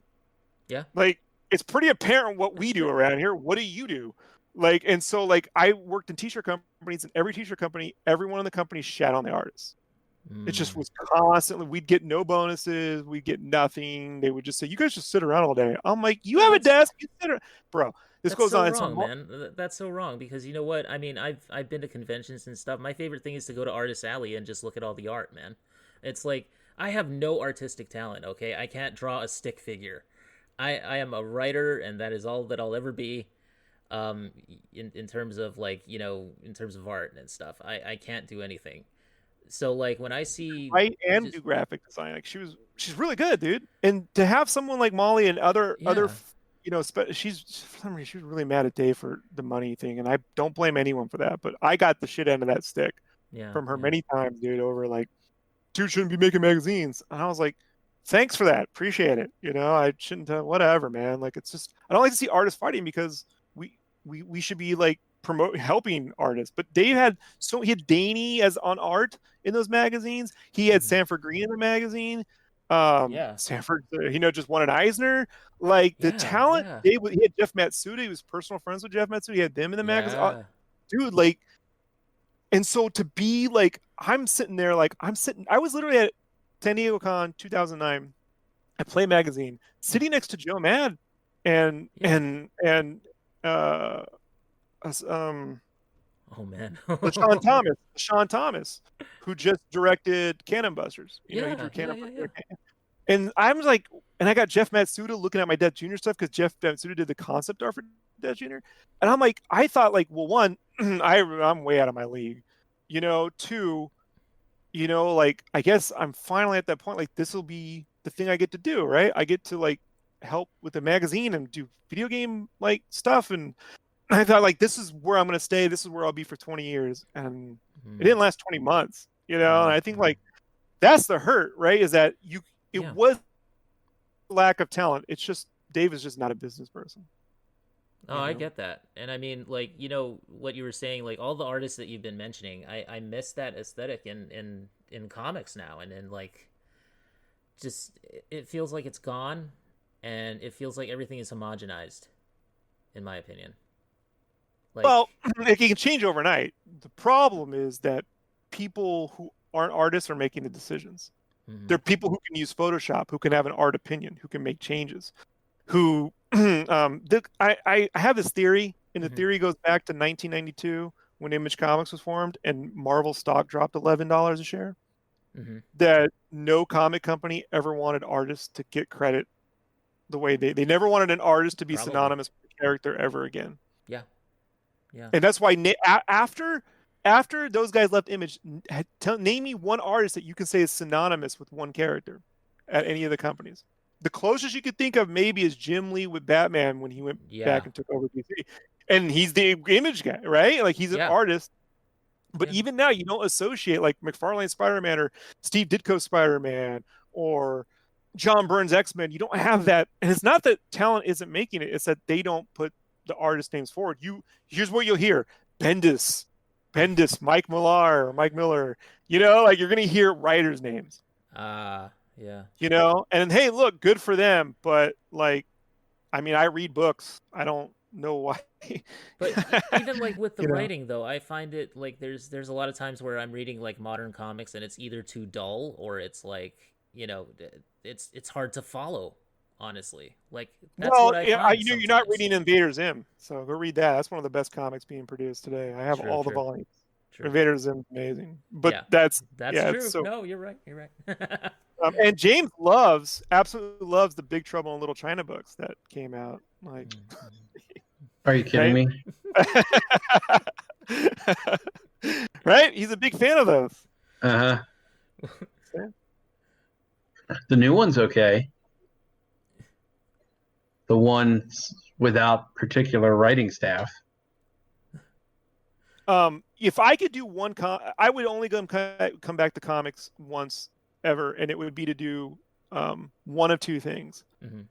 Well, I would love to actually draw Mallrats Die Hard in a Mall as the in-between book between Mallrats and Mallrats 2. Like, I know Kevin Smith said that idea would never work as a movie. It would be Die Hard in a Mall, and it doesn't take place. It doesn't work as a film and build up the legacy of the first film. And I'm like, it would work great as a comic book. Like Shadows of the Empire was in between, Empire and Jedi. I would love to do Mallrats Die Hard in a Mall. and let it be way over the top. That would be the great thing to do. I would totally read it. I'd be willing to kill my hand to make that happen. So, and maybe if I have a theory, a belief that they should remaster issues of old comics drawn by new artists, and that's how you can break in. Did you see that that Giant Size X-Men #1 thing that they just did, that Marvel just released, where it was like it was the original script and they just had the modern, like the guys that are doing art now just kind of draw everything? No, but they tend to do like one page, right? Yeah, they just did like one page each or something. Yeah, see, I would want to give say, hey, we're going to commit to like a 12-issue run. Maybe it's going to be random issues or the first 12 issues of something. But like, and the topic came up because I was talking about Sandman, and I love Sandman the comic. But aside from the original Sam Keith issues, I wasn't a fan of the art. It's not my thing. Like Pachalo on Death, like that's amazing. But I'm like, it'd be great to let an artist like, for the lack of a better, like like an Angel Medina or someone way different redraw, like in the way that we remastered Spyro Reignited, right? The way you take an old game and make the exact same game, but with new graphics and new whatever, let new artists take a shot at redrawing issues that we love for nostalgia. And you could pack it with the original issue in the reprint. So instead of, you could do a reprint with the new issue and sell those as like Marvel remasters or DC remasters. Marvel did that recently with, I think it was like Giant Size X-Men, right? Yeah. James wasn't listening. That's the one I was mentioning. Yeah. Yeah, okay. I did that to James once on a podcast. He wasn't paying attention, and I was like, we literally just had that conversation. I love you, Bacon, man. That's why Bacon is a permanent character in Game Cave forever. Like he's he's an amazing and you guys don't know this, but I have consistently tried to put him in the way I draw. I draw Bacon like a marshmallow. I have a very specific way I draw him, and his hands are like very true to life. It's very accurate. And his hands are stuck in the center of his body. So like, you ever take your arms and shove like your elbows up in the t-shirt and let your arms flare around like a T-Rex? That's how his hands move like that. Totally. And so I have put Bacon, that character, as in some form as concept art in almost every game I've like I keep trying to get. Are you kidding me? Dude, if I end up in a video game, I wouldn't know how to react.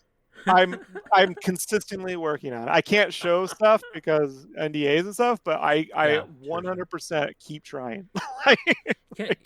Rob, can you tell us a little bit about Game Cave, about like the genesis of that and where that's going and you know, like the objective of that? Because does Bacon want to talk? Because it's turning. Yeah. And Jim, you know, just hop in, man. Anything. Yeah, Bacon, tell me all about Game Cave. Like, tell us about everything. The secrets of the universe, Jim. Are you kidding me? Like, you really want me to? I mean, no, go ahead. I mean, Rob is going to have more to say on that. I know that we worked on that. It was like the transition from GameFan to Game Cave was like, I guess it wasn't instant, but it was pretty rapid. Rob stopped working at GameFan. I dropped it very soon thereafter. Mm-hmm. And then he contacted me about moving forward with Game Cave. Mm-hmm. And he wanted me to write, I think it was, what was it, Turtles in Time that you initially wanted me to write? And well, so the idea was, I had pitched with GameFan. I said, Dave, everyone used to have these code names. What if they were real characters? And we just did a magazine where it was like comic book characters were the editors. Like, and I tried to explain, it's like the Muppet Show. Like, dude, you're speaking my language here. And let me just tell you, the looks, I go way over. You ever like that what was that puppet that goes zoom right over the head? You know? Yeah. So, this was lost on everybody. So I told Bacon, I'm like, look, I want to do this thing called Game Cave where it's fictional, it's Bombcat, fictional characters, fictional editors, and we'll write reviews, but we'll make them like the Muppet Show. They'll be fun. So you write the review, and then I'll rewrite it in the voice of the character, so we can crank through it, you know. And I'll do these layouts. I was gonna make it initially. It was gonna be like digest size, and print on demand. It was gonna be 8.5 by 11, but print on demand. There was this couple of these print on demand centers opening up, and Jim, I don't think I fully explained myself properly, because Jim wrote this great Turtles in Time review and I rewrote it in the characters' voices. So every review would have, the problem with game reviews there, when you read them, you go, oh, I don't agree with this person. Fuck this guy or girl or whatever. So I wanted every review to be two people having a conversation. Like, it doesn't have to say specifically, here's the graphics, here's the sound. Just talk about the game for 2,000 words.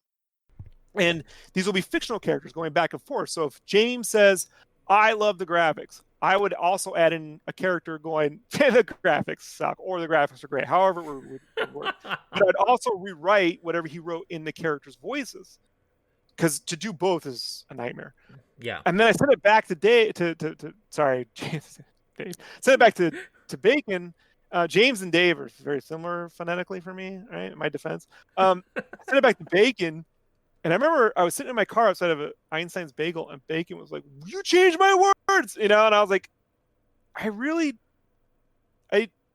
thought I explained this. I don't think I reacted that way. I think that I just didn't get it, and I think that but to be honest with you, man, this has been so long ago. I mean, this is like you said, it's like 10 years ago. I could have reacted that way, and you have a good memory. I assume you reacted over the top. You know, okay, because it makes me look better. But or worse, that I won't let it go. Like, either, you know, it's eye of the beholder. So I just remember, because it's not that it was, I had a problem with Bacon having a problem with it. It's that I then incurred this problem with every person I ever hired. I paid everyone. I paid James, I paid Wesley, and a guy named Trey McIntosh to write reviews for Game Cave. I paid them all $500. for one issue each to write like 3 or 4 reviews each that I could break it up. And every one of them did the things I asked them not to do. like I said, one, make sure you don't write. Here's I have a problem with retro magazines. One, every review starts with their memories of when they first got the game. They'll go back. I went to the mall, and my grandma picked me this up at Toys R Us. We got this at Babbage's, and no one fucking wants to hear it. They don't want to hear your story about your relationship to the game.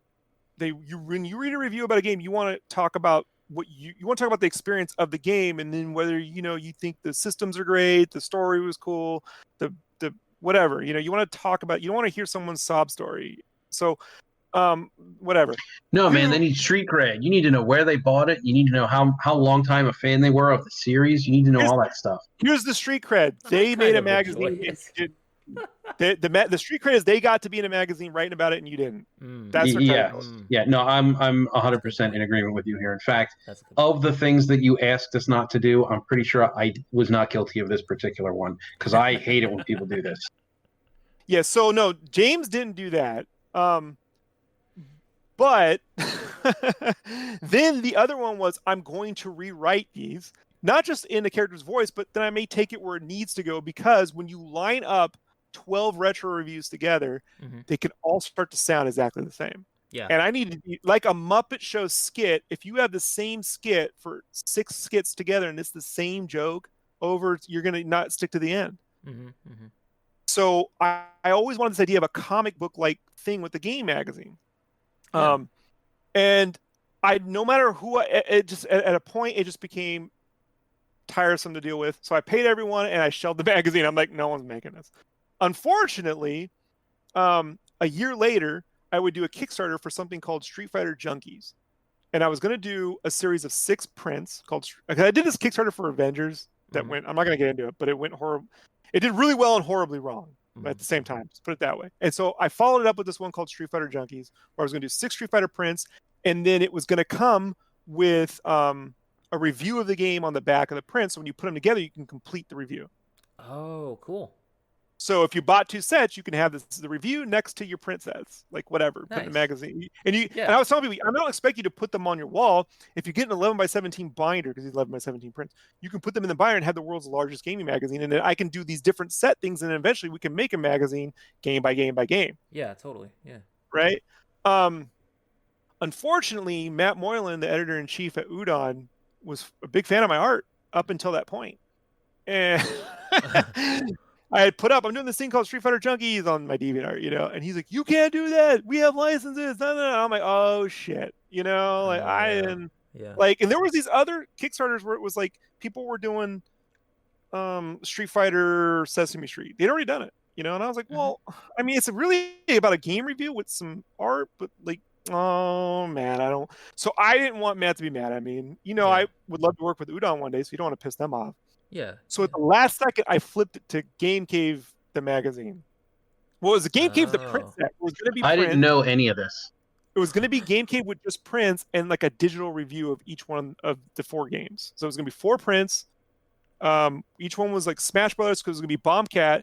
And I loved. If you look at GameFan issue 6, you'll notice all these 3DS characters. They wanted 1 million characters because in Play, I did this thing called Critters. A Critters tribute. Okay. It has Crash and Spyro on there. And it was 75 characters. Dave initially gave me a list of 150. And I just ran out of time. Because I had to color this too. I colored all my own work. So I had to draw everyone.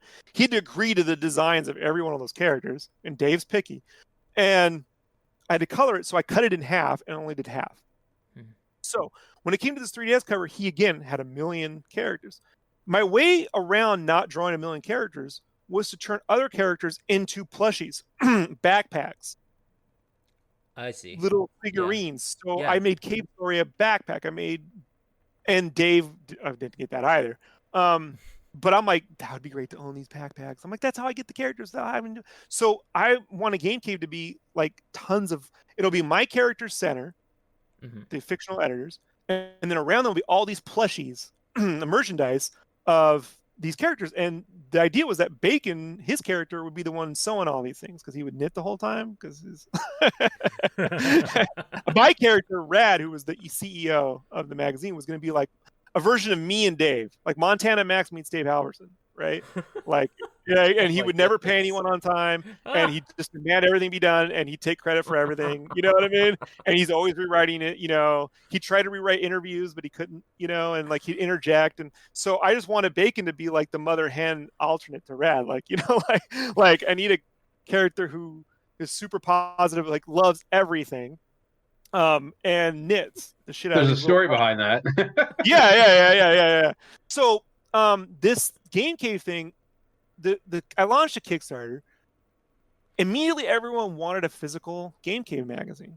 I didn't want to do anything physical other than the prints. You'll get the prints in a digital copy. But for some dumb reason, man, I agreed to do the physical magazine. And the thing did like $13,000 in change. Okay. I was like, all right, so it's going to cost me maybe $8,000 or $9,000 to pay everyone, print it, and ship it, which means I take home an extra $4,000 or $5,000, however that worked out. Which to me was a good deal, considering that's more than I could make going to any convention all year long. Mm-hmm. I was like, if I can do an extra $5,000 a year, I can pay off my student loans in 100 years. So like, you know, well, I know I can do it. So this went through, and I paid James and Wesley and Trey to write these things. And my business partner, a guy that I was friends with, again, helped me build the GameFan Magazine website. Josh. I remember that. Yeah, he stole the money. What? He didn't just steal that money. He ran a few other Kickstarters with my prints and stole that money too. Like, and this is a guy I'd worked. We had done a lot of. We'd been together. We'd been friends, business partners for 10 years. We'd been building websites for porn stars back in the early 2000s. Like, I never took credit for it, but I got paid. And so, and we had porn stars not pay at the time because he was married to a porn star. And so when they didn't pay, he always gave me money out of his. He made sure I got covered, even though I told him, nah, we both got ripped. No, you got to. But yeah, he went to some issue and he stole the money. And so I was left with this, like, I managed to get the other Kickstarters done, but Game Cave was the one that I just didn't have $13,000 lying around to refund.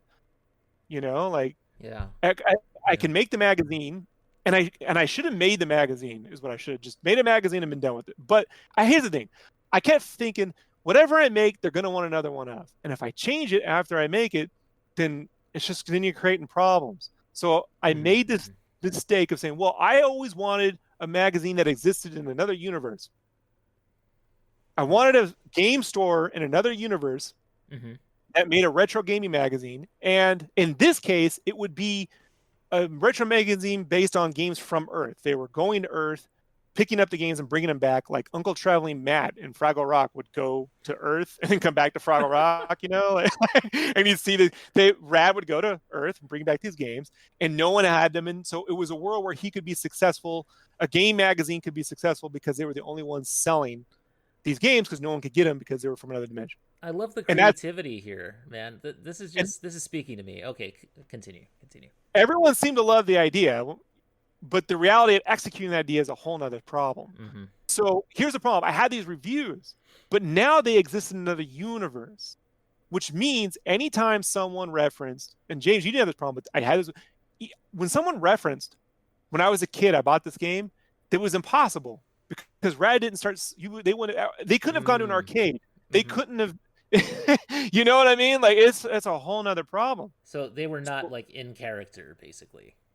Well, they had to be, but I did have to do so much rewriting. I was creating whole new reviews. Yeah.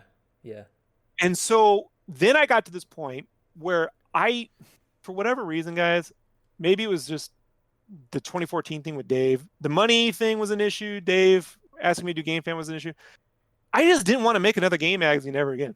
And I didn't have $13,000 to refund the stuff. Yeah. So my goal was I was going to work.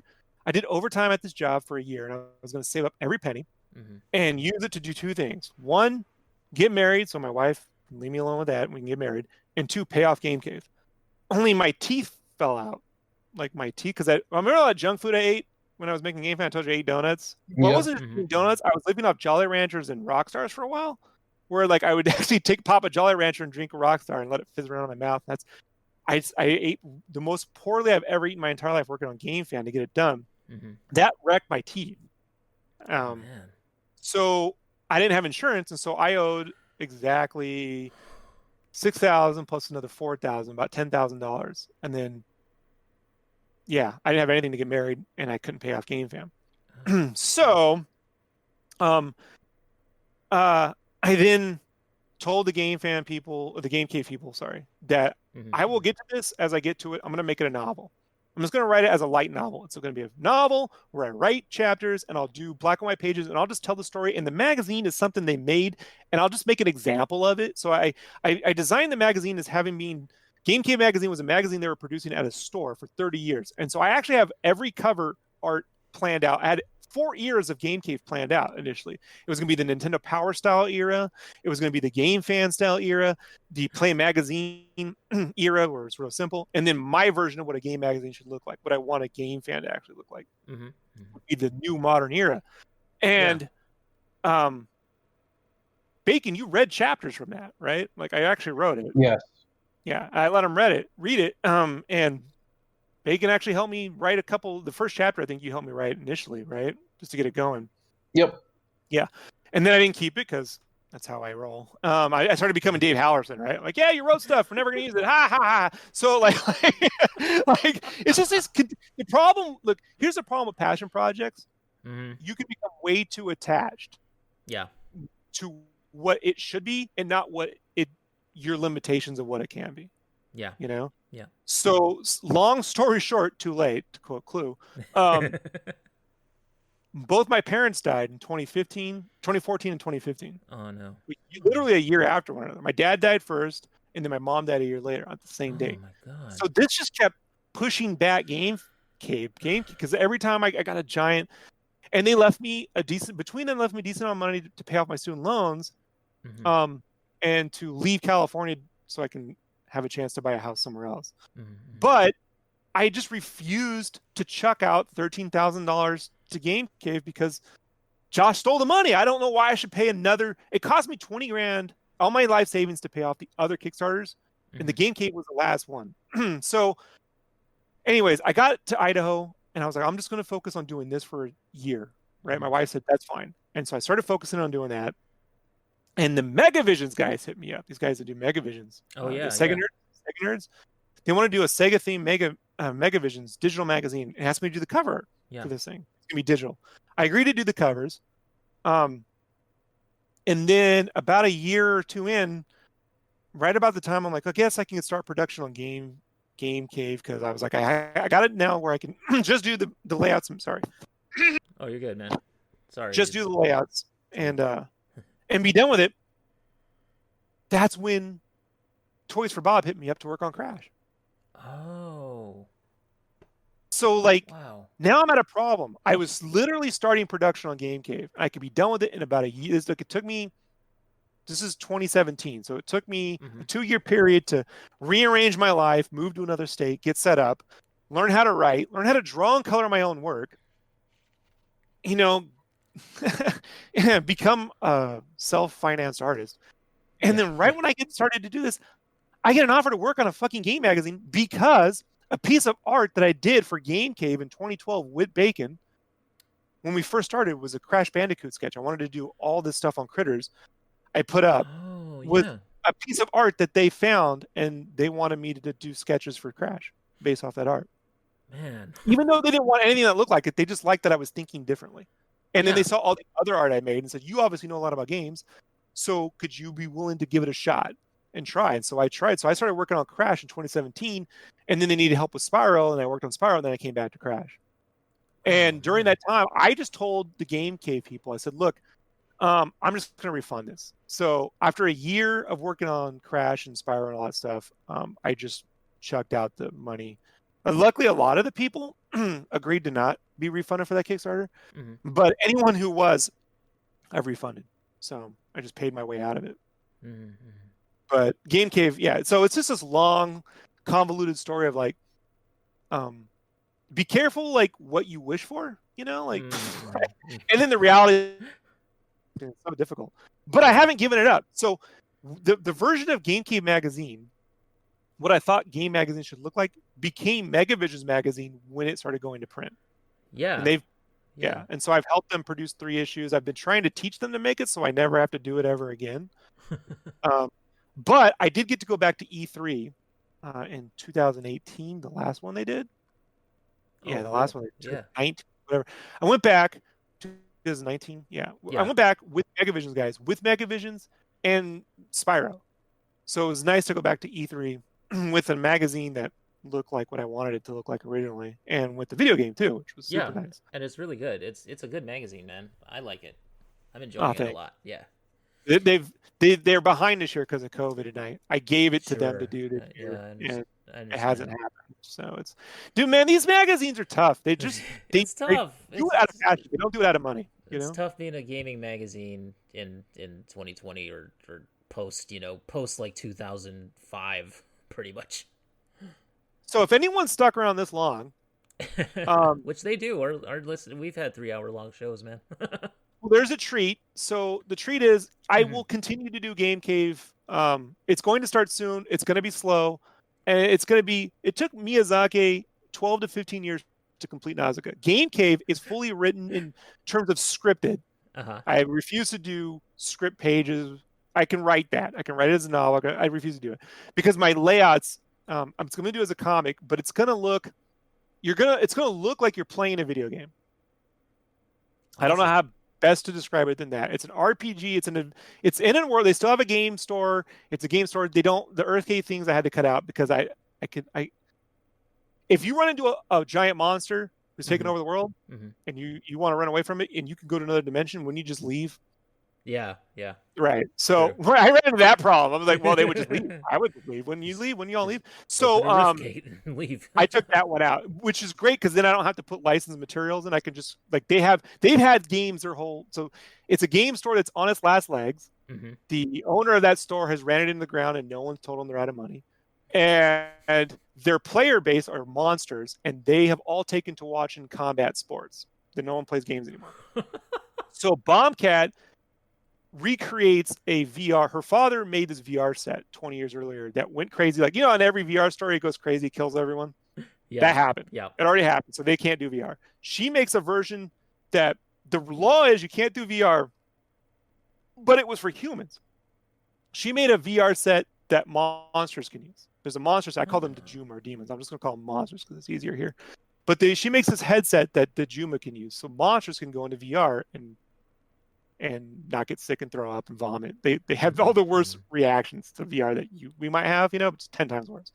And this inadvertently unlocks a 1,000-year-old monster, demon, overlord creature that wants to destroy the world.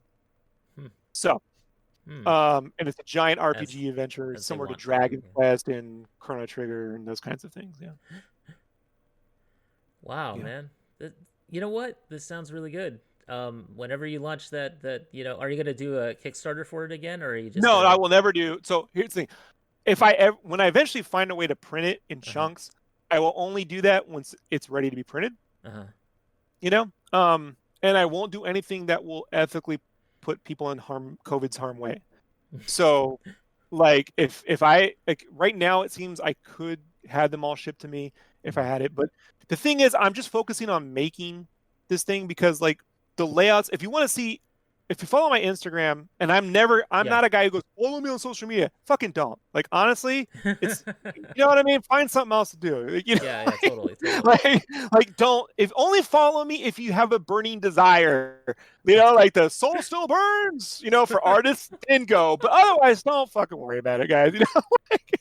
It's probably going to be gone in a couple of years. There'll be some other fucking social media we all got to go to. So whatever. I'm sure. But if you are interested, I do these posts which will say Game Cave Dev, and I put anytime I'm working on it, that's me working on the magazine, the comic, and the graphic novel, whatever it is. So, but I'm taking the language. So when I play video games, for me, especially retro games, the interface of a game means everything to me.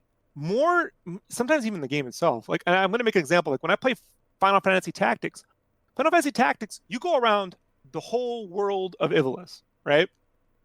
But it's just a map with dots. Yes. You're not actually traveling, but for some reason, when you go there's a little screen, you see the image, and then you got a menu, you click on it, you talk to people. How come When I first, you ever read a comic called Battle Chasers? It became a video game. Yeah. When Battle Chasers came out in '97, this is when I first had this idea. I read it and they were like, it's like Final Fantasy as a comic book. And I read it. I'm like, I see that. It's amazing. Here's the problem. They never actually battle like you do in Final Fantasy. Where's the menus? Where's them picking spells and throwing the spells out? No one has ever taken the interface, the language of a video game and put it into a comic book. Yeah. As a narrative structure. Yeah. So that's what I've been inventing over the last year, specifically how to do that. Like how to...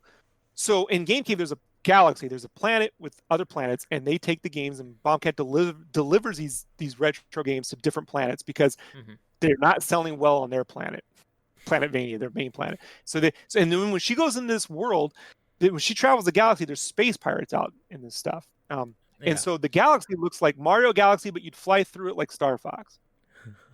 And so there's different systems. I treat the magazine like there's different systems. So I have the system where she's like in Star Fox, flying around Mario Galaxy style planets fighting space pirates. But then when she goes and negotiates on planets, it's like a dialogue system that's similar to RPGs and for point and click adventures. But then when she battles, it's actually like the battle system in Shining Force or Final Fantasy VII, Cool.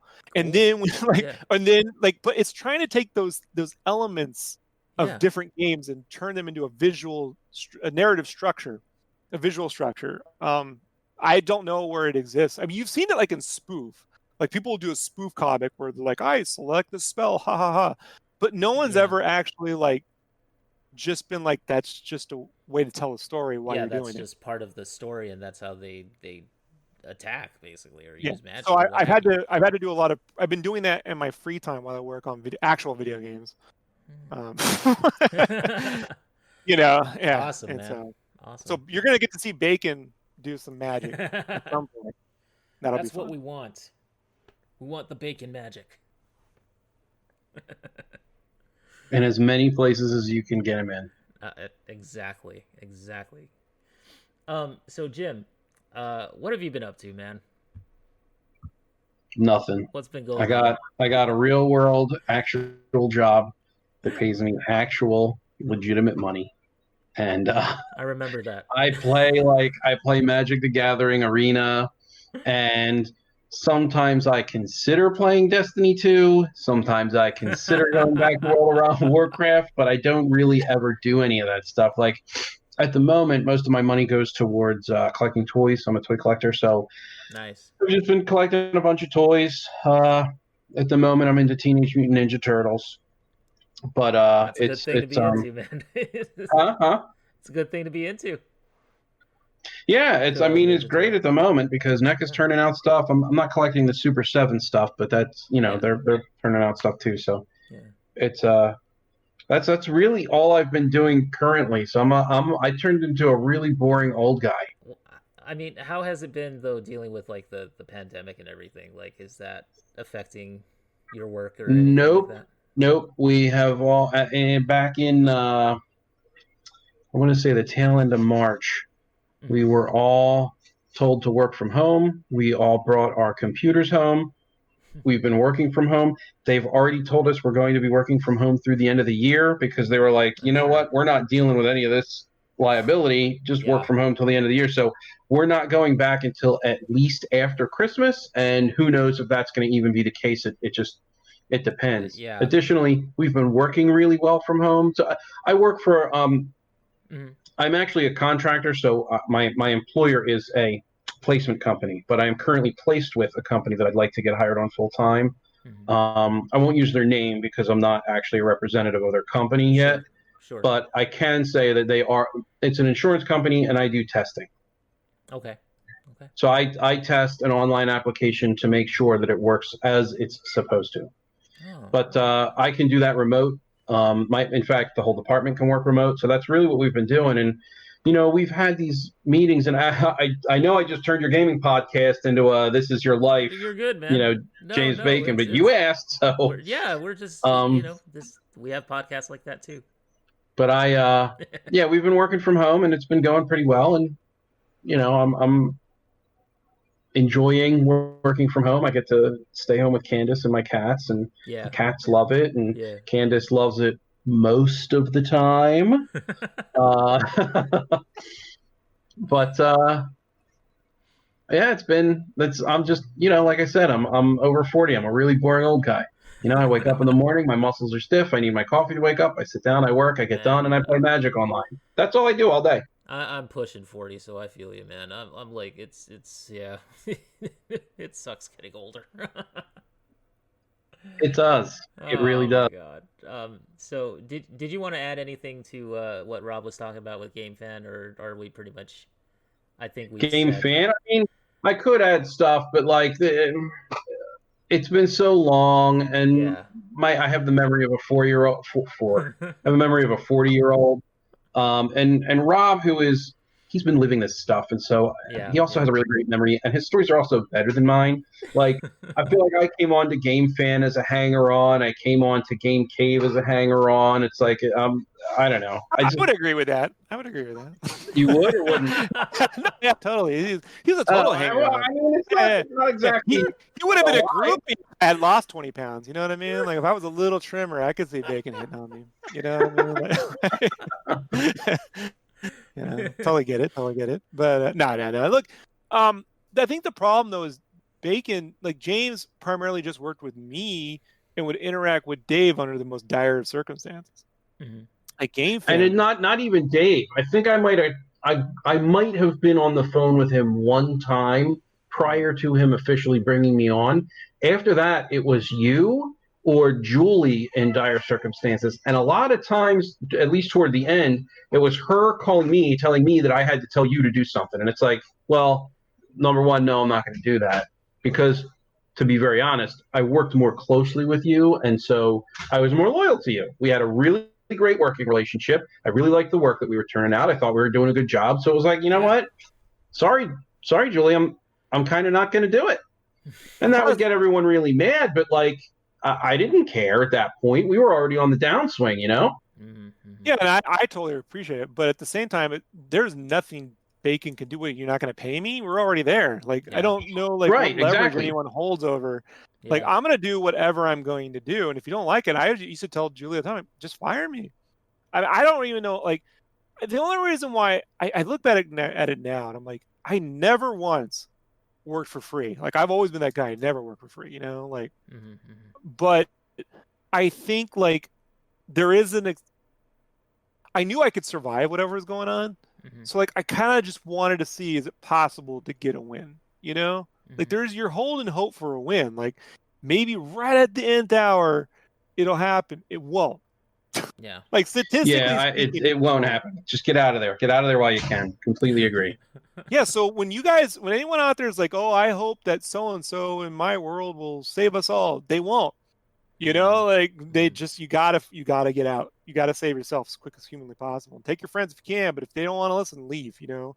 Run for Z Hills. Well, it's funny. It resonates with me because that's how I felt working at Blockbuster when I used to work there. I mean, like, that was in like 2012 or something. But like a bunch of the people that I worked with at my store, we all ended up quitting because we lost our manager, we lost our district manager, lost our store manager, and there were a bunch of us that were kind of trying to hold out and trying to keep going for the customer's sake if no one else's.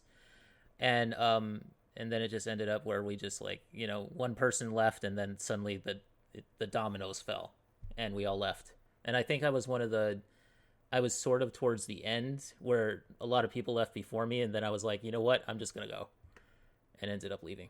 So it's a smaller scale kind of story, and it's a different type of thing, but yeah, that's it resonates with me to a degree. I mean, look, we've all been there, and yeah, I made this comment. I said every time I've told my employers, I'm like, look, I have a bad habit of being that guy that gets in right when they go, everything was great right till you shut up, like.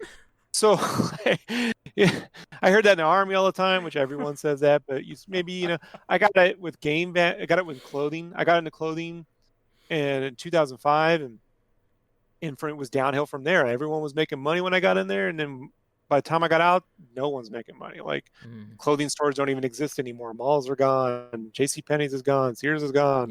Yeah. Same with game magazines.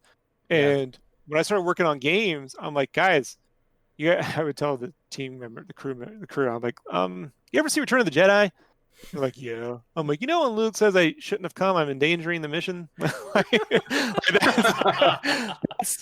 That's how I feel like with my, I'm like, I'm endangering the mission. Never should have come. You know what I mean? Like I'm gonna derail everything as I have this habit of just being that guy for whatever reason. I'm the cooler, like so. Yeah. So yeah, it's. I just think that if you here's the thing too, if you work on something that's good and it still fails, man, like that's like when people tell me like, you what am I trying to say? Like, great projects can still fail. You know what I mean? Yeah. Like quality material can still fail, and they'll be like, well, one day they'll find it. No one's gonna find GameFan 2010, dude. Like it's just not gonna happen. Like it's just there's too few numbers and too few people ever looking for it. Maybe randomly one day some kid will be on eBay and gets a lot of stuff, like a lot of, not a lot of stuff, but a lot of like books, and it's buried in there and goes, what was this? Why is it 10 by what is this? And goes, this is crazy. What's the story behind it? Maybe that'll happen, but I feel like that will never happen. And even if it did, it was always derailed back. That's a Dave Halverson magazine. No one ever got paid. Like, it's just like, it's never, it sucks. I mean, I still think the potential for a game magazine works. It's why I've, worked with the Megavision guys for so long. But like the magazines, here's the thing. I think they just have to change in the way that comics have to change. Yeah. Magazines have to be fun. They have to be, for me, like agree. they have to be a clubhouse. They have to be like, I'm hanging out with my friends. I'm reading this stuff. And it's not a buyer's guide. Yeah. It can't be a buyer's guide because we're making our decisions we're all going to watch videos. You know what I mean? We're going to watch people playing things on Twitch. Go ahead. And that's something that I felt too, even as a reader, even when I was younger. Like, that was the reason why I liked GameFan, and that was the reason why it sort of appealed to me, even post Halverson, in those years where, I don't know, for some reason it stuck, and it just was like, it was like a clubhouse to me. That's how it felt. It felt like these guys just sitting around just talking games all day, and writing down whatever Twitch, their thoughts were. But yeah. We have Twitch and people can literally do that all day. Yeah. I mean, it's true. But I just. So what we're gonna do with Megavisions, if we can get through this issue, is I'm going to I'm adding in fictional characters. Ooh. So that's going to have the magazine itself will have a storyline. We're gonna have the normal writers; they're gonna do their thing, but there's gonna be a storyline that sort of takes place in between the game reviews. And then when we have these things called pull quotes in magazines, when you read a big, it's a big quote. Yeah. Instead of pull quotes, it'll be their main characters is arguing the points of the story basically across the games. But see, so they'll be like, go ahead. Yeah, this is what I like though. I like the fact that you're bringing that creativity to like magazines and stuff, because I feel like everything is so dry now. And I mean, no disrespect to anybody who's working in games press, and I mean even. On our website, we post some gaming reviews and stuff like that, but it's just, what I'm looking for is like the personality, the creativity, and it's not there. So I'm glad that you're doing it. It's freaking hard, bro. Like, it's hard. Super hard. Yeah. And to get it, like, it only works. It's only going to work in some form because I've been doing it wrong for 10 years. Like, I mean, when you really think about it, like, no one knows, but it's not like I've been sitting in my room for 10 years not working on things. I've been working on them. I've just been throwing them away. Like I never got, you guys, Bacon, you'll understand this. I never got how Tolkien could take 30 years to write Lord of the Rings after like The Hobbit or some shit, like however long it took, 20 years or something. Like he makes The Hobbit and then he takes 20 years to make the sequel that like is this crazy volume of stuff. And like for me, like The Hobbit was those first GameFan issues. Yeah. Yeah. And then this other thing is like, okay, separating it out and then taking all my ideas that can't be in the storyline for GameCade, which I love, but it needs to be a magazine, and then finding a home for it. And Megavisions is going to be that home where you open up a magazine and it starts reading like a comic. And then you go into the reviews and you read your reviews and your interviews and you get these characters, and then it ends with this resolution. And maybe there's like a thing in between that kind of ties the little, in the way that the Muppet Show had a bumper where there's a storyline, skits, storyline, beat in the middle, skits, storyline at the end. Yeah. Like, I'm just committed to this stupid idea for some reason. Like I just want to see. You're gonna get it done. You're gonna get it out of your system. You're gonna pen the last word. You're gonna ink the last drawing. You're gonna close it. And you're gonna send it to the printer. You're gonna stand up and go, "Fuck that," and never do it again. It came close, so I've already quit Megavisions once. So. I bet this is, like you said, it's been a decades, longer than a decades long process, man. It's rough, but I'm really happy to actually going to finally come out and have an audience bigger than me. Well, it might be you and Keona. And me. Yeah, Keona. It might be you and Keona. Might be just the audience, and Megavision. Whoever makes Megavisions are moms and dads. Like, but what's cool about the Megavisions guys is one, they've been doing Sega Nerds for 20 years. Like they've had SegaNerds.com, Dreamcast, Sega Focus websites since the Dreamcast came out. And Chris, the owner of it, has been in the Air Force the whole time, and he just retired. Oh, so, I didn't know that. I used to read Sega Nerds alongside of Nintendorks. It was Nintendorks and Sega Nerds. I read them both. Yeah, and so he had always had a want to make a physical game magazine, and when it came, they showed me what they were making, and I was like, I can't let you make this. Like, it's horrible. You can make this. You can. I said, look, I'm it's feelings aside, but you can make this. I can't put my art on it. I can't be a part of this project because I can't. I care too much about game magazines to be doing it. So I had this thing where we were doing a preview issue. It's called the Summer Preview. We only printed a few of them up for E3. And it was a Power Stone cover. And I did these small thumbnails so Megavisions is what my idea for GameCade was. It looks old. So when you get it, I want to get, and this was actually what I pitched to Dave on GameFan. One of the reasons I was going to do Photoshop layouts was I wanted GameFan to look like it's been GameFan for 20 years. It's old. It's got textures. The pages are ripped. There's yellowing everywhere. And it's an extensive amount of texturing work. It's not just a texture. It's an extensive amount of texturing work. It looks like it was printed, made a magazine, aged, scanned, and put it back in the computer to read again. Like, it's a copy of a copy of a copy minus 20 years. Yeah. And so I said, well, if we're going to do a magazine, a modern, and I've always called it neo-retro, new retro. If we're going to make a neo-retro magazine, let's make it look old. I want it to look dirt cheap fucking old. Yeah. And so that's why Megavisions, that's why it has creases and textures, and the magazine, if you look at old GameFan, if you look at the screens, especially with the advertisements, it was like they always had this glow to them because they were taking Polaroids of CRT monitors and then printing them. It was paste up. So I'm like, I want my screens to look like that. I don't want them to look like they do. I want them to look like how we remember them looking. So I add extra lighting. All the screens have extra lightings and glows.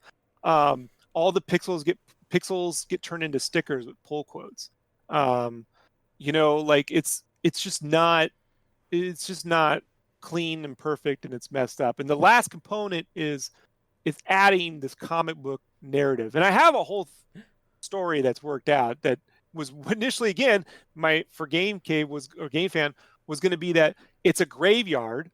The world's a graveyard, and these are monsters, and they're digging up old games out of their graves. And that's how they're finding these games. Like, let's play this one. It's called the Game Yard, right? And the game, and they've been making Megavisions for a while, and they have their way, and it gets sold to this guy his name is Guy Bad. Guy Bad. And Guy Bad.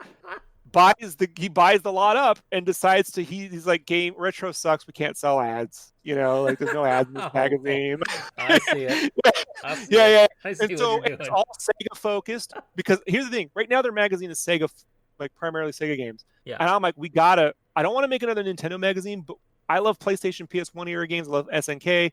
We need to be able to put more than Sega in here to grow the magazine. So the storyline is that Guy Bad buys it up and then goes, there's no money in just Sega. They are always harassing their customers. We got to start putting other games. And so the very first cover will be a Final Fantasy VII piece. I already did the art. If you go on my DeviantArt, type in Final Fantasy VII, you'll see the art. Nice. And Guy Bad is the one bringing all these other games in, and our characters, the main characters, it's Hot Pot, Snotty Mo, and Killscreen, right? Which is my version of Monitor. And it's just 3 monsters. They're red, blue, green. Each one's a RGB color. And they hate it. They're like, fucking this. So they're shitting on all the other games and Nintendo stuff. And Guy Bad's like, I love Nintendo, you know, and then he'll bring in his own like editors, you know, who love this stuff. And I have one, like, I think it's called Count Tendo or something like that, but he's like a vampire he's like, he looks really clean and really nice when he's talking about Nintendo, but then he rages when you don't agree with him that it's great. Like shit like that. Like just like, and they're all just these different monsters talking about video games and arguing and fighting. Yeah. And so that's the next phase of it. Yeah. Oh, that's cool. Yeah. All right, man. Well, I'm in for it. One day we'll get Bacon to write something. I've tried, but every time you get Bacon to write something, he's like, that requires effort. And I don't blame you. It's no fun, man.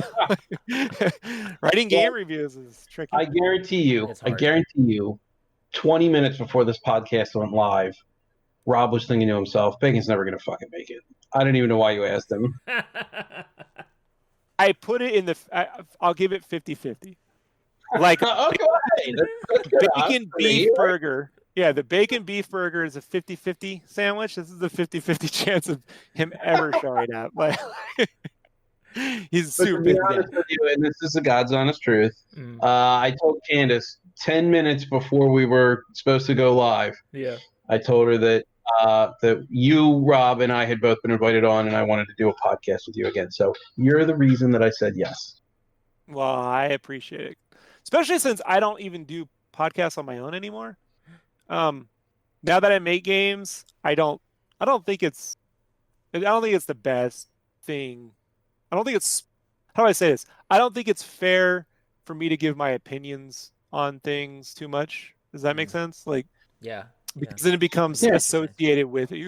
The guy, Spyro guy, doesn't like, and then they go and harass people. You know, he didn't like the game. Like I don't, you know, or people that worked on projects go, you didn't like my game, and I get it. So I was just like, I stream art, you know, and we'll talk about things we love. I take the Kevin Smith approach. I talk about things I love, and if I don't like it, I just don't talk about it. I'm not going to spend the effort on that. Exactly. Yeah. Well, man, this has been fascinating for me, honestly. Like, you know, if you'll allow me to wax a little poetic here, the reason why, you know, like the site that we have, the renegadepopculture.com, it's basically, the reason why it's here is because I've been inspired by things like GameFan. For all of its, you know, for all the behind the scenes shenanigans and for all of, like, you know, Dave's flaws and what have you. I mean, and of course, and his goodness too, because there is some of that as well. You know, like GameFan inspired me to do this, and in a way, like I've been inspired by a lot of comic book writers and a lot of comic book artists as well. Like, you know, so one day I'm going to write that comic book that I've always wanted to write. It's coming. I just, you know, it's going to happen. But like, this is kind of my passion project. So I hope that doesn't say anything, you know, like I hope it doesn't go the way that some of them do. But yeah. So I just wanted to say, like, to you guys and to everybody, like Molly and Nick Rocks and everybody, and like, you know, ECM's gone. But right. I got to chat with him years ago, and he seemed like a decent guy, and you know, like chatted on like ICQ and stuff like that. That was like way back when. So you know, for me, it's like it's something that I've always wanted to do, and it's something that I feel is worth the effort. And you know, I ended up quitting my job to do it, which is probably a dumb decision, but. Well, yeah. I mean, I can't tell you that. I mean, but well, you know, it's just so that I had the time, and then COVID happened. So you know, God knows what would have happened anyway. I probably wouldn't have gone back to work under the COVID. Can I say something about Dave? I don't think I've ever heard anyone say before. Go ahead. And let me say this about Dave. Dave, from what I can tell, having spent time with him and his family, is a great dad. Like, that's something I've never seen. I have watched he had 2 or 3. I definitely saw 2. Might have been 3. Like, I try to like ignore the kids when I'm working, like too much because I'm not the best kid person. So I'm like, I love kids over there. They like stay. I hear you. You're awesome. But Dave, like, I never once seen him raise his voice to kids, always be not calm and just like, oh, we'll do this, we'll do that. Like, that's the one thing I was like, he was always really great with the kids. Like, and if there's any small wins in the universe, is that is he's from what I can tell, a pretty damn good dad. And he always talked about his brother and his family in his times growing up. Him and his brother used to race dirt bikes, and they were like dirt bike champion kind of thing, like going on in the 70s. His brother works for Kawasaki and shit like that. So like, Dave always talked family and his family. And he was always talking about being able to leave play to his kids. So I don't think at any point he had intentionally planned anything to go the way it went. But the universe changes, right? And as Stephen King would say in 11/22/63, it stops, it turns on a dime. Yeah. Right? Yeah. True. And like that phrase means like that when I that book, that phrase, it speaks volumes to me. Like things turn on a dime. Like you go, one day the universe is like this and the next day it's like that. And I just don't think he was prepared, in the way that a lot of people aren't prepared for COVID, but we gotta adjust and adapt and move forward. Yeah. Like Full Metal Alchemist, right? Forward. Always forward, So before we end, I'm just gonna say, like, is there anything that you're looking forward to in terms of games or in terms of comics or movies or what have you that's coming out? Okay. Immediately, every week I listen to Rob Liefeld's Robservations podcast, and it's my favorite thing in the world right now. If you hate Rob Liefeld for whatever reason, I don't know what he did to you. He drew things you didn't like. Like, there's the sin. Listen to his podcast. Because, one, he's incredibly well-spoken. He enunciates perfectly everything. He does great impersonations. He gives all the inside baseball about 90s comics and 80s comics that he was on fly on the wall for. Tons of great stories. And sometimes I'm like, he probably shouldn't give out that info, Rob. And he does anyway. It's fantastic. So that I look forward to weekly. In the short term, PS5, I managed to pre-order one. And from what I can tell, it's arriving. So I'm super excited for that. And I, like every other console I get day one, I'm going to, you shouldn't buy it. There's not enough stuff. It's too big. There's not enough games. Like, whatever, guys. I'm buying it, sitting there, all 15 pounds of it. Because I'm that guy. I want to get it. I got a day one. I don't want to think about it. I hear you. Yeah. And then long term with comics, I'm holding hope that Greg Capullo will one day make Creech Part 3. He says he'll do it. He says he'll do it. Yeah, and we're always bugging him for it. And I would literally, I could lose my pinky toe. I don't think I need it. You know what I mean? If I had to give up the pinky toe, it's acceptable. It's acceptable loss for Creech, It's not a pound of flesh, but I got big feet, so it's close. So that's for me. That's the 3. Awesome. Well, Jim, man, we actually collaborated a little bit on. You remember the old days on that website that I used to write for, and you actually wrote a piece that was a video game review that was like an import game or something, and you wrote the review for it. I don't know if you remember that. I don't. Yeah. Do you remember what game it was? It's lost to the ether now, because the guy who runs the site currently just kind of got rid of all my writings on there, and all of the stuff that was in my era of that. For Bacon, it was Tuesday. Related. It was gaming, But yeah, so man, you know what? We have worked together on something before, and so, I didn't even realize. Yeah, we totally did. Yeah, that's cool. But whether you like it or not, Bacon. What was that? I said whether Bacon likes it or not. So, Jim, is there anything that you're looking forward to, or beyond what you were mentioning? I mean, yeah, I guess in the short period of time since Rob and I have stopped working together, quote unquote short, I've kind of become like a COD bro. So very looking forward to the new Call of Duty game. Nice. Other than that, it's like, every day it's like, well, will I go back to WoW? Will I not? Sometimes I log in to play like the level 1 to 20 experience, but I haven't quite resubbed yet. But the new expansion's coming out, so maybe I will. I don't know. But then it'll come out, and I'll be like, no, you know what? I don't need to spend the money because that's how I operate. But I hear you.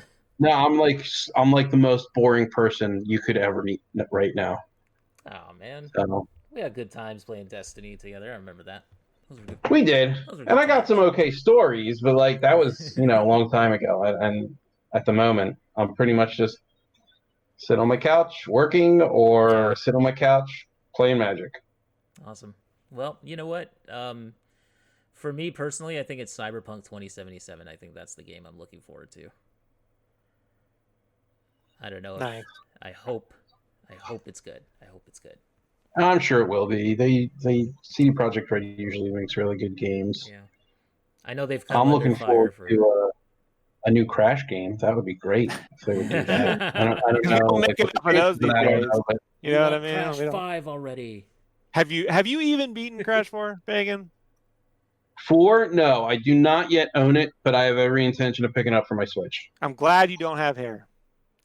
You glad? What? Glad you don't have hair, because it is an appropriately challenging game. Oh man. Good. I'm sure I've lost a little hand-eye coordination over the years, but I'd like a challenge. I think that'll be fun. All the way up until it becomes too challenging, and like you said, I want to tear my hair out.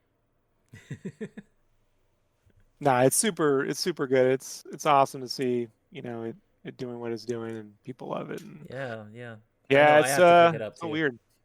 It's the weirdest thing, guys, to see your name in a game. You're like, That's awesome, weird, man. That's so much. It's That's so cool. I love it. So for me, what I've been doing is I've been going back and playing Mass Effect Andromeda for some reason because I'm a glutton for punishment. But actually, you know what? Andromeda's not that bad. It really isn't. I think we all had unrealistic expectations when that game came out, 2017. But yeah, and 7 Days coming up. Hopefully they'll do the remaster. We'll see. Anyway, guys, I just want to say thank you for coming on, and you guys are part of the GameFan legacy, and you're actually kind of, you are sort of the people that I met through that magazine, actually, beyond like ECM and beyond like just reading the other guys' words. I actually met you guys through that, so it's cool. Oh, I'm super glad to be able to talk about it for the 4 people who care.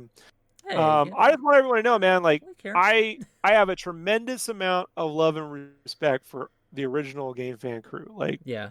I know you guys. That is just that magazine. I didn't realize at the time how influential game magazines would be on my life. Like, when you really think about it, like I somehow managed to. It's so weird, guys. Like, it's so weird.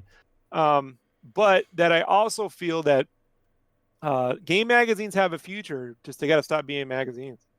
That's the problem. It's the problem with game magazines. They're magazines. Like we need another word. It's not a comic and not a magazine. Yeah. We don't have a word for it yet.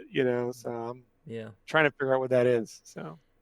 Well, all right, guys. So I'm gonna just go ahead and say this, and you can give out whatever information you want. Where can everybody find you online, if they want to?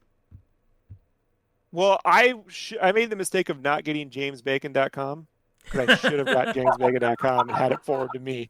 Like, just dawned on me right now. Like, darn it, missed opportunity. So in a minute, I'm going to see if I can't get that. Bacon.net. If James grabs it, I'm going to grab realjamesbacon.com. You'll be able to find it there. So, because the Ghostbusters taught me there's always a way around IP infringement. So other than that, you just type in Sketchcraft into Google, you'll find it. Awesome. Jim, did you want to say anything? No, not really online. I got social media, but I don't really do anything with it. So it's I've kind of faded from the public eye, and I'm very comfortable with that. All right. All right. Awesome. Well, it's good to have you on, though, man. Thank you for coming on. Oh, it's good to be here. Thanks for the invite. Yeah, of Thank course. You for having me. All right, so you can find us guys at renegadepopculture.com. You can also find us on Facebook. Our Facebook group is facebook.com/group/rpc42. And on Instagram, I'm Neoplasmic24. And on Twitter and Facebook, our official channels, if you will, are at Ren Pop Culture. That's REN Pop Culture. So you guys can find us there. All right. And thank you to Jim and Rob for coming on the show. I know it's run a bit longer than I expected it to, but thank you guys so much for sharing your stories and for just being here. And three guys, just, three old friends just talking, man. So I feel like I've known you guys for a long time. Let's never do it again. Like, let's just pretend it's the end of not. Futurama again. No, anyway. All right, guys. So we will see you guys next time. Peace out. Cheese it.